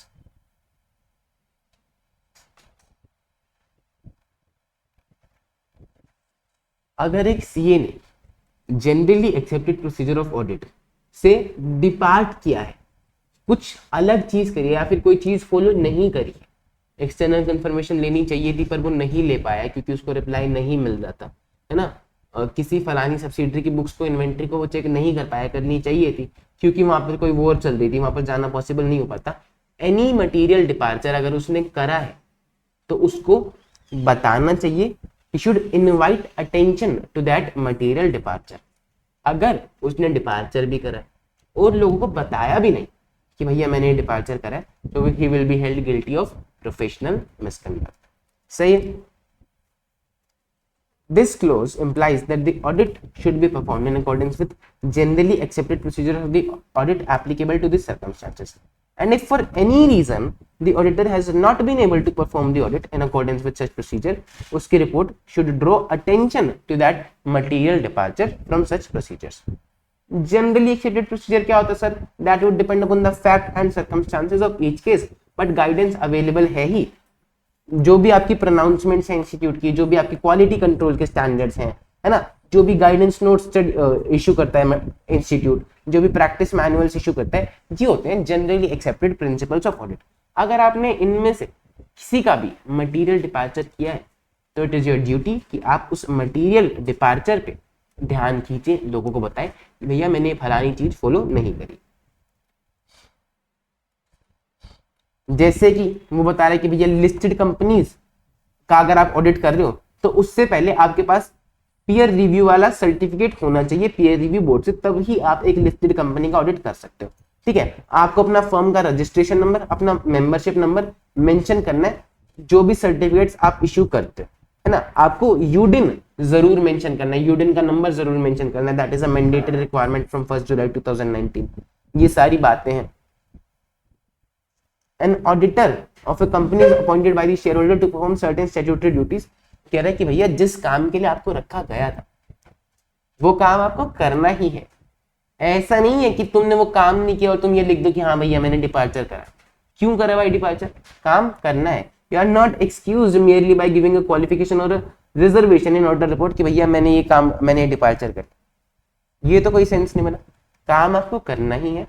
अगर आपने departure करा है तो आप बताएंगे कि मैंने departure करा है, लेकिन उसका कोई सेंस होना चाहिए, उसका कोई रीजनेबल रीजन होना चाहिए।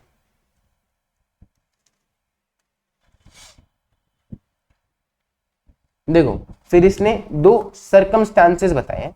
कह रहे कि भैया एक बैंक वाला है, बैंक बोलता है कि भैया आप हमारे रूल्स और प्रोसीजर के हिसाब से ऑडिट कर दो, अलग हैं वो रूल्स ऑडिट के रूल्स से, तो आप कर सकते हो। लेकिन जब आप रिपोर्ट इशू करोगे तो आप बताओगे कि भैया मैंने ये वाले फलाने प्रोसीजर्स फलाने प्रोसीजर के हिसाब से ऑडिट करी है, ये रिस्ट्रिक्टेड डिस्ट्रीब्यूशन है, सबके लिए नहीं है, इनकी जो फलानी रिक्वायरमेंट थी मैंने उसके हिसाब से ऑडिट करी है ना। फिर certifying figures of circulation of newspaper. देखो क्या होता है कि ना न्यूज़पेपर कितना सर्कुलेट हुआ, मैगजीन्स कितनी सर्कुलेट हुई, उसके लिए एक ऑडिट ब्यूरो ऑफ सर्कुलेशन है। उस ऑडिट ब्यूरो ऑफ सर्कुलेशन की कुछ अपनी ही रिक्वायरमेंट्स हैं, अपने ही रूल्स हैं, तो उसके हिसाब से भी कई बार आप ऑडिट करते हो तो आपको बताना है कि भैया आप ये सारे रूल्स देखोगे और आपको लिखना है कि भैया मैंने जनरली एक्सेप्टेड प्रिंसिपल से डिपार्ट करके ये ABC audit bureau of circulation वाले रूल्स को फॉलो किया है। बात समझ में आ रही है?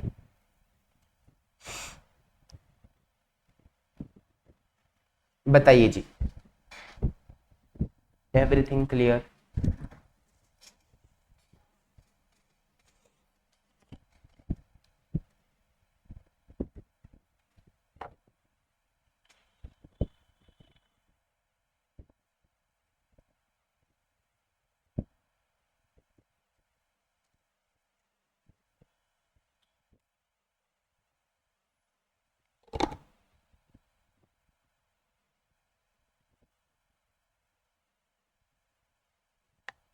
Last clause 10 of second schedule part 1 क्या बोलता है कि भैया एक सीए इन प्रैक्टिस को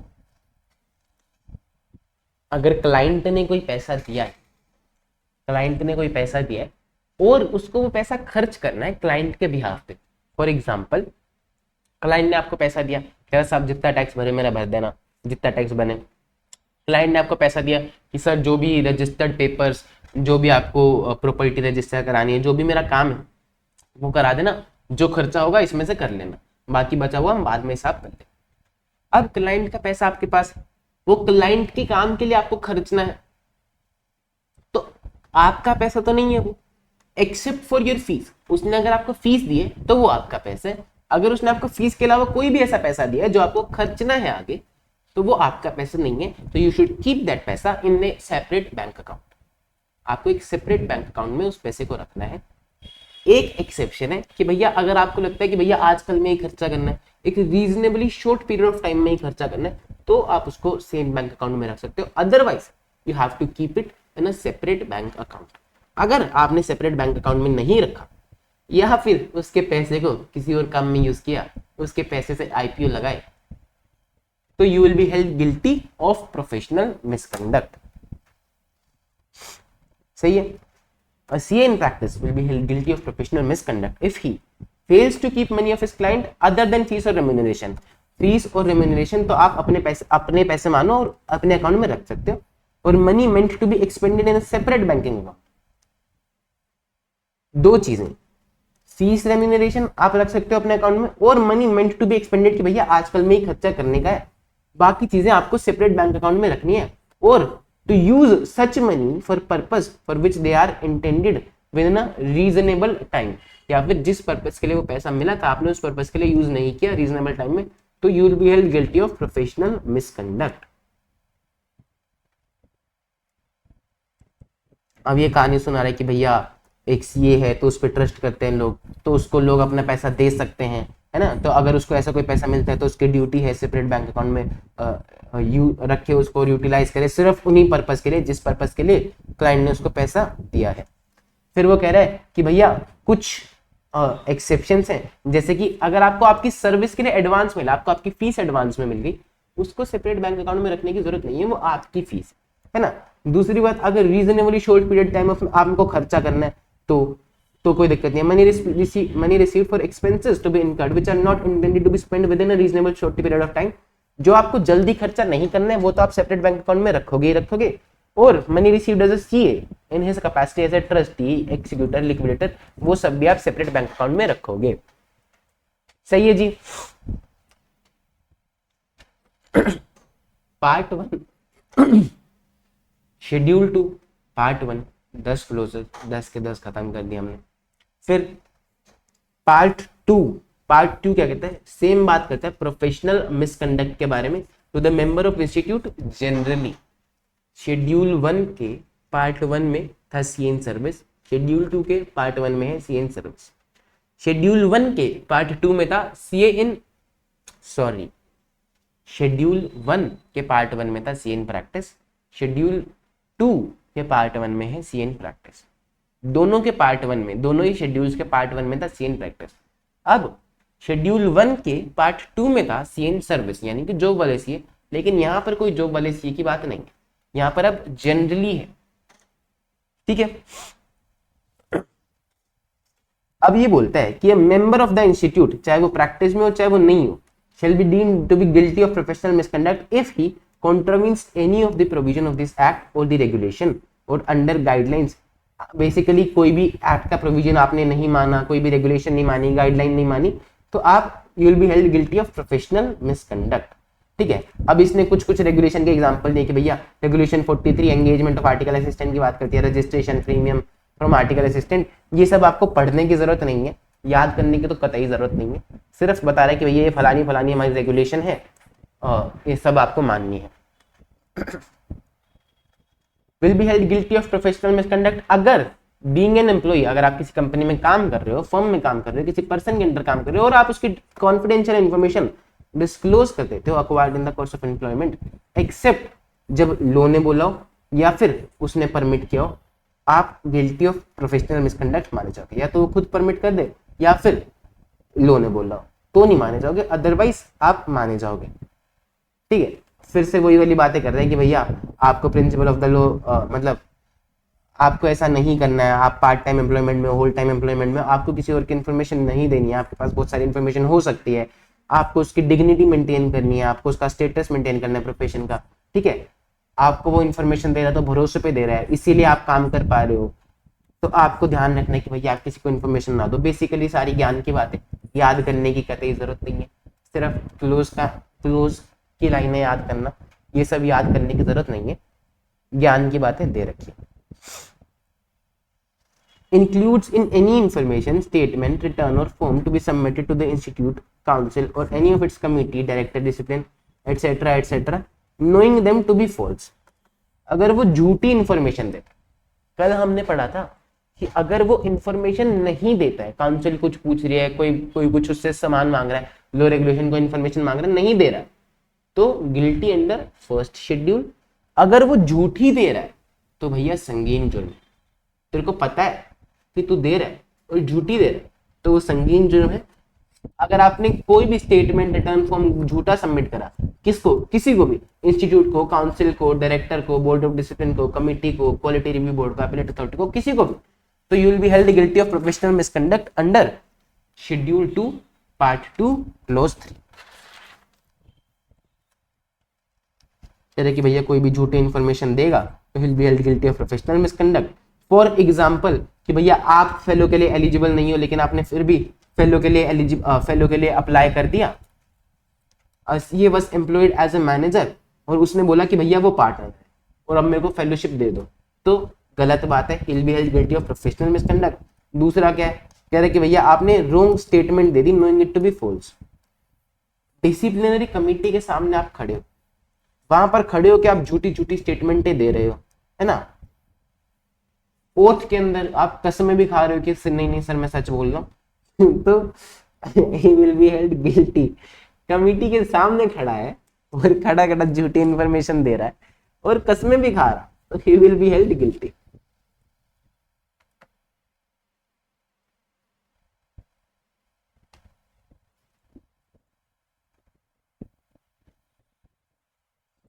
एक सीए था जो अपनी डेट ऑफ लिविंग और सर्विसेज नहीं बता रहा था बाय द पेड असिस्टेंट कि भैया पेड असिस्टेंट कब से गया, उसको रिपीटेड रिमाइंडर्स दिए, उसने नहीं बताई, तो he will also be held guilty of professional misconduct.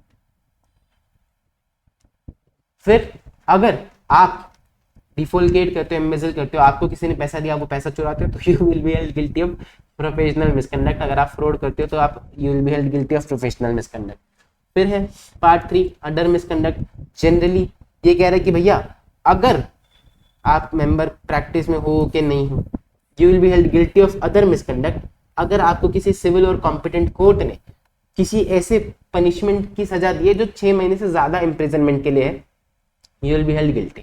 कि आपने कोई ऐसा, आपने मर्डर कर दिया, जुर्म कर दिया, क्राइम कर दिया और आपको 6 महीने से ज्यादा की जेल हुई है, तो you will be held guilty under schedule 2 part 3 close 1 professional other misconduct, not professional misconduct, it is other misconduct क्योंकि आपकी पर्सनल लाइफ से रिलेटेड है। सही है जी।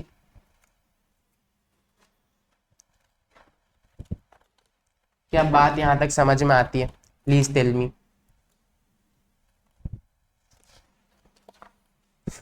एक बारी पन्ने पलट लो, देख लो सर सही है कि नहीं है, कुछ पूछना है तो पूछ, है ना। हमने शेड्यूल 1 कल खत्म कर दिया था, हमने शेड्यूल 2 आज खत्म कर लिया है। हम एक टॉपिक और करेंगे विच इज नोटला, है ना। पन्ने पलट लो, आराम से देख लो, कोई जल्दी नहीं अपने को। मुझे बता दो कोई दिक्कत डाउट परेशानी है तो किसी भी चीज में।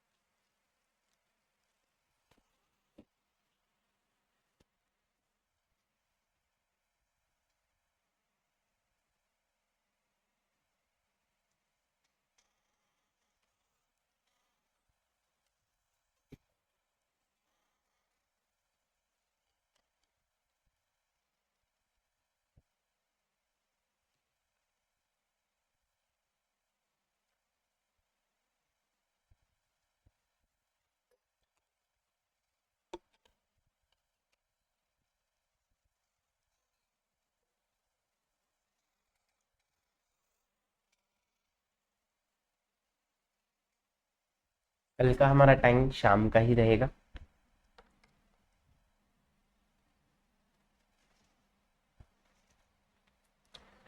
और क्योंकि कल हमारा प्रोफेशनल एथिक्स खत्म हो जाएगा तो अपने पास 5 चैप्टर्स बचेंगे, ज़्यादा बड़े चैप्टर्स नहीं हैं, छोटे छोटे चैप्टर्स हैं। और आई एम एमिंग कि हम 10 तारीख तक अपनी क्लास ख़त्म कर दें। आज 1 है, कल 2 है, तो उसके बाद 8 दिन बचेंगे। 8 दिन 5 चैप्टर्स।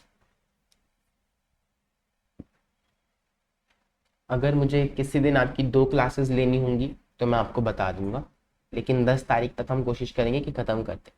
मैं इसको 10 से आगे खींचना चाह नहीं रहा, मैंने आपको 10 से 15 के बीच की डेट दी थी, बट आई फील कि 10 तक ही ख़त्म कर देते हैं, फिर आपको भी इनफ टाइम मिल जाएगा अपनी प्रिपरेशंस के लिए, अपने रिविजन्स के लिए।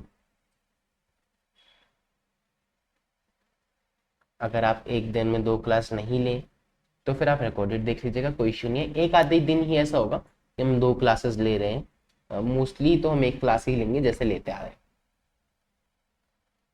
और क्या पता हम इस बार संडे की छुट्टी ना भी करें।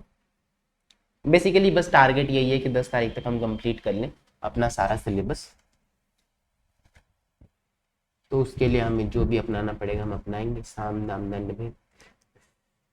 ऐसा कुछ नहीं यार, नॉर्मली है, 2-3 दिन लेट जाएगा भी तो चला जाएगा, इश्यू नहीं है इतना।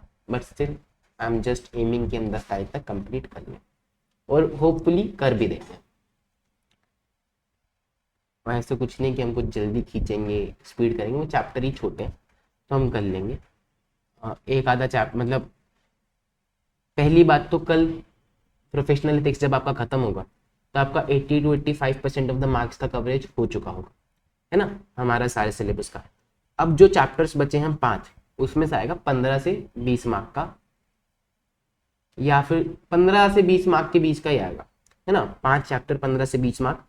तो जो कुछ बड़े चैप्टर्स भी हैं, मैं उसमें आपको कुछ इंपॉर्टेंट चीज़ें मार्क कराऊंगा, पूरा डिटेल में नहीं पढ़ने की जरूरत है। एक चैप्टर जिसमें से क्वेश्चन आए या ना आए, इतनी अनसर्टेनिटी है ना। तो मोस्टली चीज़ें हम कवर करेंगे ही जैसे आज तक करते आ रहे हैं। कुछ एक दो टॉपिक्स जो मुझे लगेगा कि आपको कवर नहीं कराने या फिर छुड़वाने, तो मैं उसको ओवरव्यू दे दूंगा और अब आपको बता दूंगा कि इसको पढ़ने की जरूरत नहीं।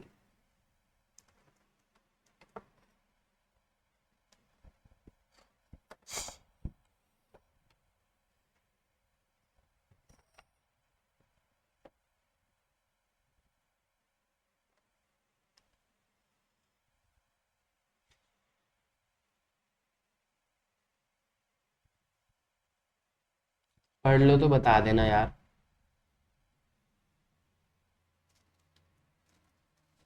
पढ़ लो एक बारी, देख लो, पन्ने पलट लो, रिवीजन कर लो, मुझे बता दो।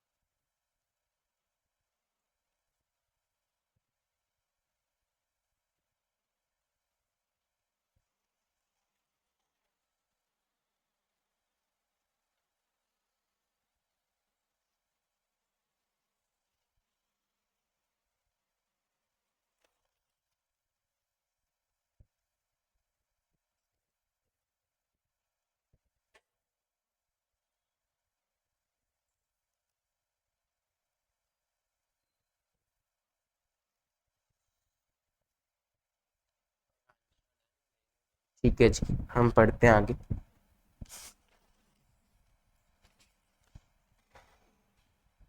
आगे नहीं, पीछे।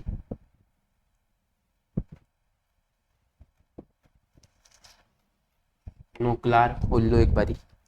नोक्लार की फुल फॉर्म है non compliance of laws and regulations.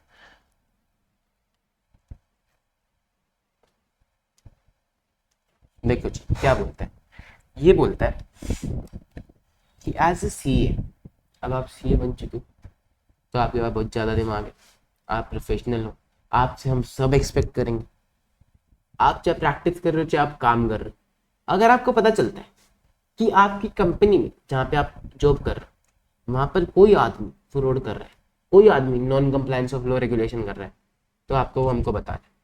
अगर आपको पता चलता है प्रैक्टिस करते हुए कि भैया आपका एक फलाना क्लाइंट फ्रॉड कर रहा है, non compliance of law regulation कर रहा है, तो वो आपको बताना है। आप देख के आंखें बंद नहीं कर सकते कि साहब मेरी तो ऑडिट है ही नहीं, मैं तो ऑडिट कर ही नहीं रहा, मैं तो ओपिनियन दे ही नहीं रहा। आपको कुछ भी पता चलता है अपने क्लाइंट के बारे में, किसी भी ऐसे बंदे के बारे में जो आपका क्लाइंट है, क्लाइंट की मैनेजमेंट है, क्लाइंट का टीसीडब्ल्यूजी, अपनी जॉब है, जॉब में कंपनी में टीसीडब्ल्यूजी है, आपको बातें हमको बतानी है, आप देख के आंखें बंद नहीं कर सकते। ये बोल रहा है non compliance with laws and regulation. In the course of providing a professional service to a client or carrying out a professional activity for an employer, a professional accountant may come across an instance of non-compliance with laws, regulation or suspected non-compliance. Compliance नहीं किया या फिर आपको लग रहा है कि नहीं कर रहे हैं, committed or about to be committed, हो सकता है कि कल को नहीं करेंगे by the client or the employer or by TCWG management of the client or the employer. Non-compliance with laws regulation comprises act of omission, commission, intentional, unintentional. Omission क्या होता है कि आपने कुछ चीज छोड़ दिया, 20 लाख का प्रॉफिट 2 लाख का दिखाया। कमीशन क्या होता है, आपने कुछ फालतू चीजें इंक्लूड कर ली, 20 लाख का प्रॉफिट 2 करोड़ का दिखाया, है ना। चाहे वो इंटेंशनल हो चाहे वो unintentional, which are contrary to the prevailing laws and regulations.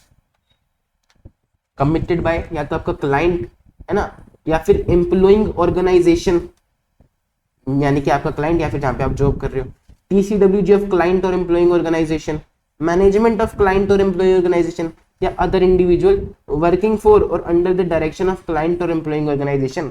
कोई भी बंदा नॉन कंप्लायंस कर रहा है तो वो आपको बताना है। नॉन कंप्लायंस में पर्सनल मिसकंडक्ट नहीं आता है, ठीक है। इसने कुछ एग्जाम्पल दे रखे हैं जो कि नोक्लार में कवर्ड होंगे कि भैया फ्रॉड कर रहे हो, मनी लॉन्ड्रिंग कर रहे हो, है ना, सिक्योरिटी मार्केट ट्रेडिंग कर रहे हो, उसमें कुछ घपला कर रहे हो, बैंकिंग में कुछ घपला कर रहे हो, डेटा में कुछ घपला कर रहे हो, ये सारी चीजें आपको बतानी है। ऑब्जेक्टिव क्या है सर? ऑब्जेक्टिव है कि आप आंख बंद नहीं कर सकते हो, this is not an appropriate response. भैया वो अगला कर रहा है तो मेरा क्या लेना देना, नहीं, you can not turn a blind eye to the potential NOCLAR, ठीक है। It increases awareness and understanding among professional accountants of their legal regulatory responsibility when they face a NOCLAR.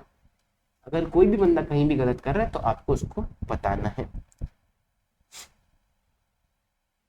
देखो, अगर वो कोई सर्विस दे रहा है, अगर वो जॉब में है और उसको पता चलता है किसी नॉन कंप्लायंस के बारे में, तो इन्वेस्टिगेट करना उसकी जिम्मेदारी नहीं है, ना ही वो करेगा, ठीक है। दूसरी बात, ऐसा नहीं कह रहे कि भैया आपको सारे लॉ रेगुलेशन की नॉलेज होनी ही चाहिए, है ना, और आपको वो सारी नॉलेज एक्सपर्टीज अप्लाई करनी है, ऐसा नहीं बोल रहे हम ये बोल रहे हैं कि जनरल चीज जो आपको पता है और उसमें आपको पता लगता है कि भैया ये नॉन कंप्लायंस कर रहे हैं, तो वो आप हमें बताओगे। फिर जिन मैटर का कोई कॉन्सिक्वेंस ही नहीं है या उसने कोई नॉन कंप्लायंस किया लेकिन उससे कोई फर्क नहीं पड़ता, इमटेरियल सी चीज है, तो वो इसमें इंक्लूड नहीं होती है। प्लस में कोई ऐसी चीज जो लॉ ने मना कर रखी है कि भैया अगर नॉन कंप्लायंस पता चले तो भी आप डिस्क्लोज नहीं करोगे, तो वो मत बताना, है ना। जैसे कि मैंने आपको एक बारी बताया था कि भैया अगर बड़े बड़े बैंकिंग स्टोर्स होते हैं तो आप इस तरह से इंफॉर्मेशन को डिस्क्लोज नहीं कर सकते हो, क्योंकि फिर बैंकिंग सिस्टम भी डिस्टेबलाइज हो सकता है, लोगों का भरोसा उठ सकता है, इकोनॉमी में बहुत घातक नुकसान आ सकता है। तो इस तरह से चीजें आप डिस्क्लोजर नहीं दोगे, आप फिर अप्रोप्रिएट अथॉरिटी को बताओ। ये बोलता है कि भैया किस किस पे एप्लीकेबल है, responding to non compliance with laws applicable to professional accountants in service, applicable to senior professional accountants in service, जो कि लिस्टेड एंटिटी में काम करते हैं। सीनियर प्रोफेशनल अकाउंटेंट मतलब चाहे वो डायरेक्टर हो, चाहे वो ऑफिसर हो, चाहे वो सीनियर एम्प्लॉय हो, चाहे उसका कोई सिग्निफिकेंट इन्फ्लुएंस हो, या फिर वो डिसीजन ले सकता हो किसी भी चीज के बारे में, चाहे वो ह्यूमन रिसोर्स हो, फाइनेंशियल टेक्नोलॉजिकल रिसोर्स हो। अगर वो कोई सीनियर प्रोफेशनल अकाउंटेंट है तो उसकी जिम्मेदारी बनती है नॉन कंप्लायंस ऑफ रेगुलेशन को बताना, ठीक है। अगर वो की मैनेजरियल पर्सन है तो भी उसकी जिम्मेदारी बनती है।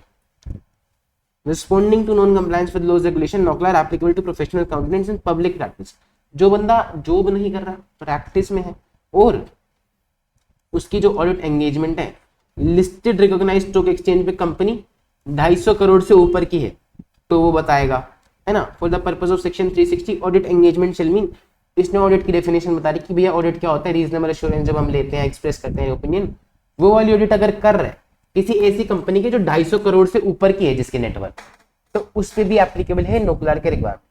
अब कल को आप जॉब करने जाओगे तो आपकी रिक्वायरमेंट नहीं है, इधर you should be a senior professional accountant और एक ऐसी कंपनी का आप ऑडिट करते हो जिसकी नेटवर्थ 250 करोड़ से ऊपर की है। फिर सर हमने ना एक एसए पढ़ा था, एसए 250। एसए 250 भी सेम बात करता था, non compliance with rule regulation. उसमें हमने दो तरह के लॉस पढ़े थे कि भैया एक होते हैं डायरेक्ट लॉस और एक होते हैं इनडायरेक्ट लॉस। डायरेक्ट लॉस जैसे कि जीएसटी टैक्स जो कंपनी के फाइनेंशियल स्टेटमेंट पे डायरेक्ट इफेक्ट डालते, और इनडायरेक्ट लॉस जो कि डायरेक्ट इफेक्ट तो नहीं डालते, जैसे कि लेबर लॉ हो गया, जैसे कि एनवायरमेंटल प्रोटेक्शन लॉ हो गया, जो फाइनेंशियल स्टेटमेंट्स में नहीं दिखते लेकिन वो भी बहुत जरूरी है, उनका डिस्क्लोजर भी बहुत जरूरी है। ठीक है, तो इसने पहले बता रखा कि भैया एसए 250 तो सिर्फ ऑडिट पे एप्लीकेबल है, अदर एश्योरेंस पे नहीं, लेकिन नोक्लार तो सारी चीजों पे एप्लीकेबल है, चाहे प्रोफेशनल अकाउंटेंट सर्विस में हो चाहे प्रैक्टिस पे। फिर 250 किस चीज के बारे में बात करता है, लो जिनके डायरेक्ट इफेक्ट होते हैं और जिनके डायरेक्ट इफेक्ट नहीं होते हैं उनके बारे में।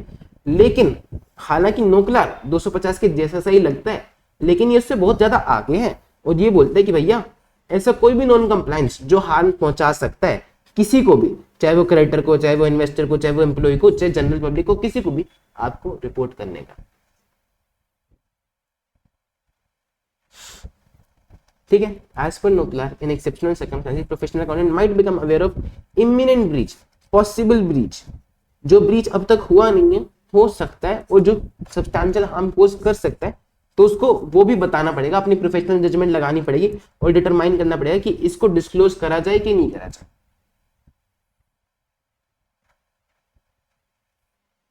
ये वाला प्रोविजन ऐसे 250 में नहीं है कि भैया पोटेंशियल हार्म हो सकता है, पोटेंशियल ब्रीच हो सकता है, ये चीजें 250 नहीं कवर करता, ये कवर करता है नोक्लार।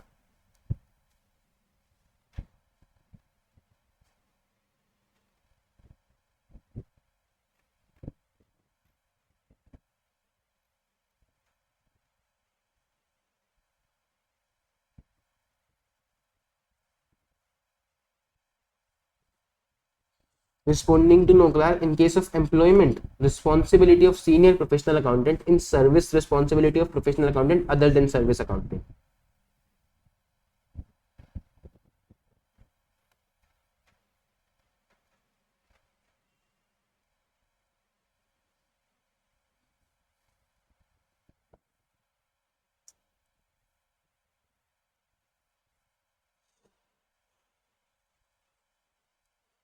ये सही तरीके से फॉर्मेट नहीं हुआ होगा, इसको एक बारी तुम छोड़ दो, मैं इसको सही तरीके से फॉर्मेट कर दूंगा, फिर मैं तुम्हें बताता हूँ इसके बारे में। ये तुम कंफ्यूज हो जाओगे थोड़ा सा, मैं तुमको इसको अभी बताऊंगा, कोई बात नहीं। हम यहाँ तक कवर करते हैं नोक्लार वर्सेस एसए 250। अब हमारे कुछ कुछ टॉपिक्स रह गए हैं, ये आगे का हमने कर लिया था, हमारे कुछ कुछ टॉपिक्स रह गए हैं जो हम सारे टॉपिक्स कल की क्लास में कवर करेंगे, इंक्लूडिंग सबसे पहले हम काउंसिल जनरल गाइडलाइंस करेंगे, उसके बाद हमारे जो भी छोटे मोटे टॉपिक रह गए हैं वो कवर करेंगे और हमारा प्रोफेशनल एथिक्स कल खत्म हो जाएगा। बता दीजिए जितने टॉपिक्स अब तक हमने पढ़े वहां तक कोई डाउट, दिक्कत, परेशानी आप लोगों को, किसी का कोई सवाल हो?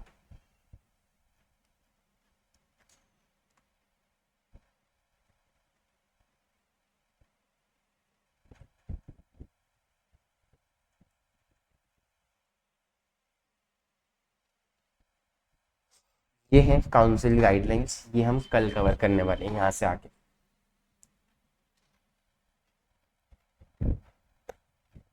बताइए जी, एवरीथिंग क्लियर राइट नाउ?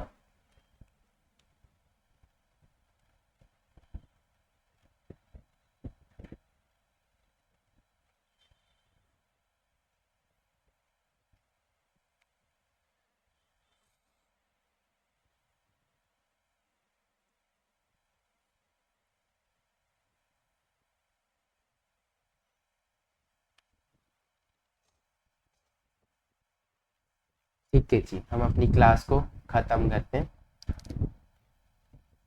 कल हम आगे बढ़ेंगे और इस चैप्टर को ख़त्म करेंगे। Goodbye, take care.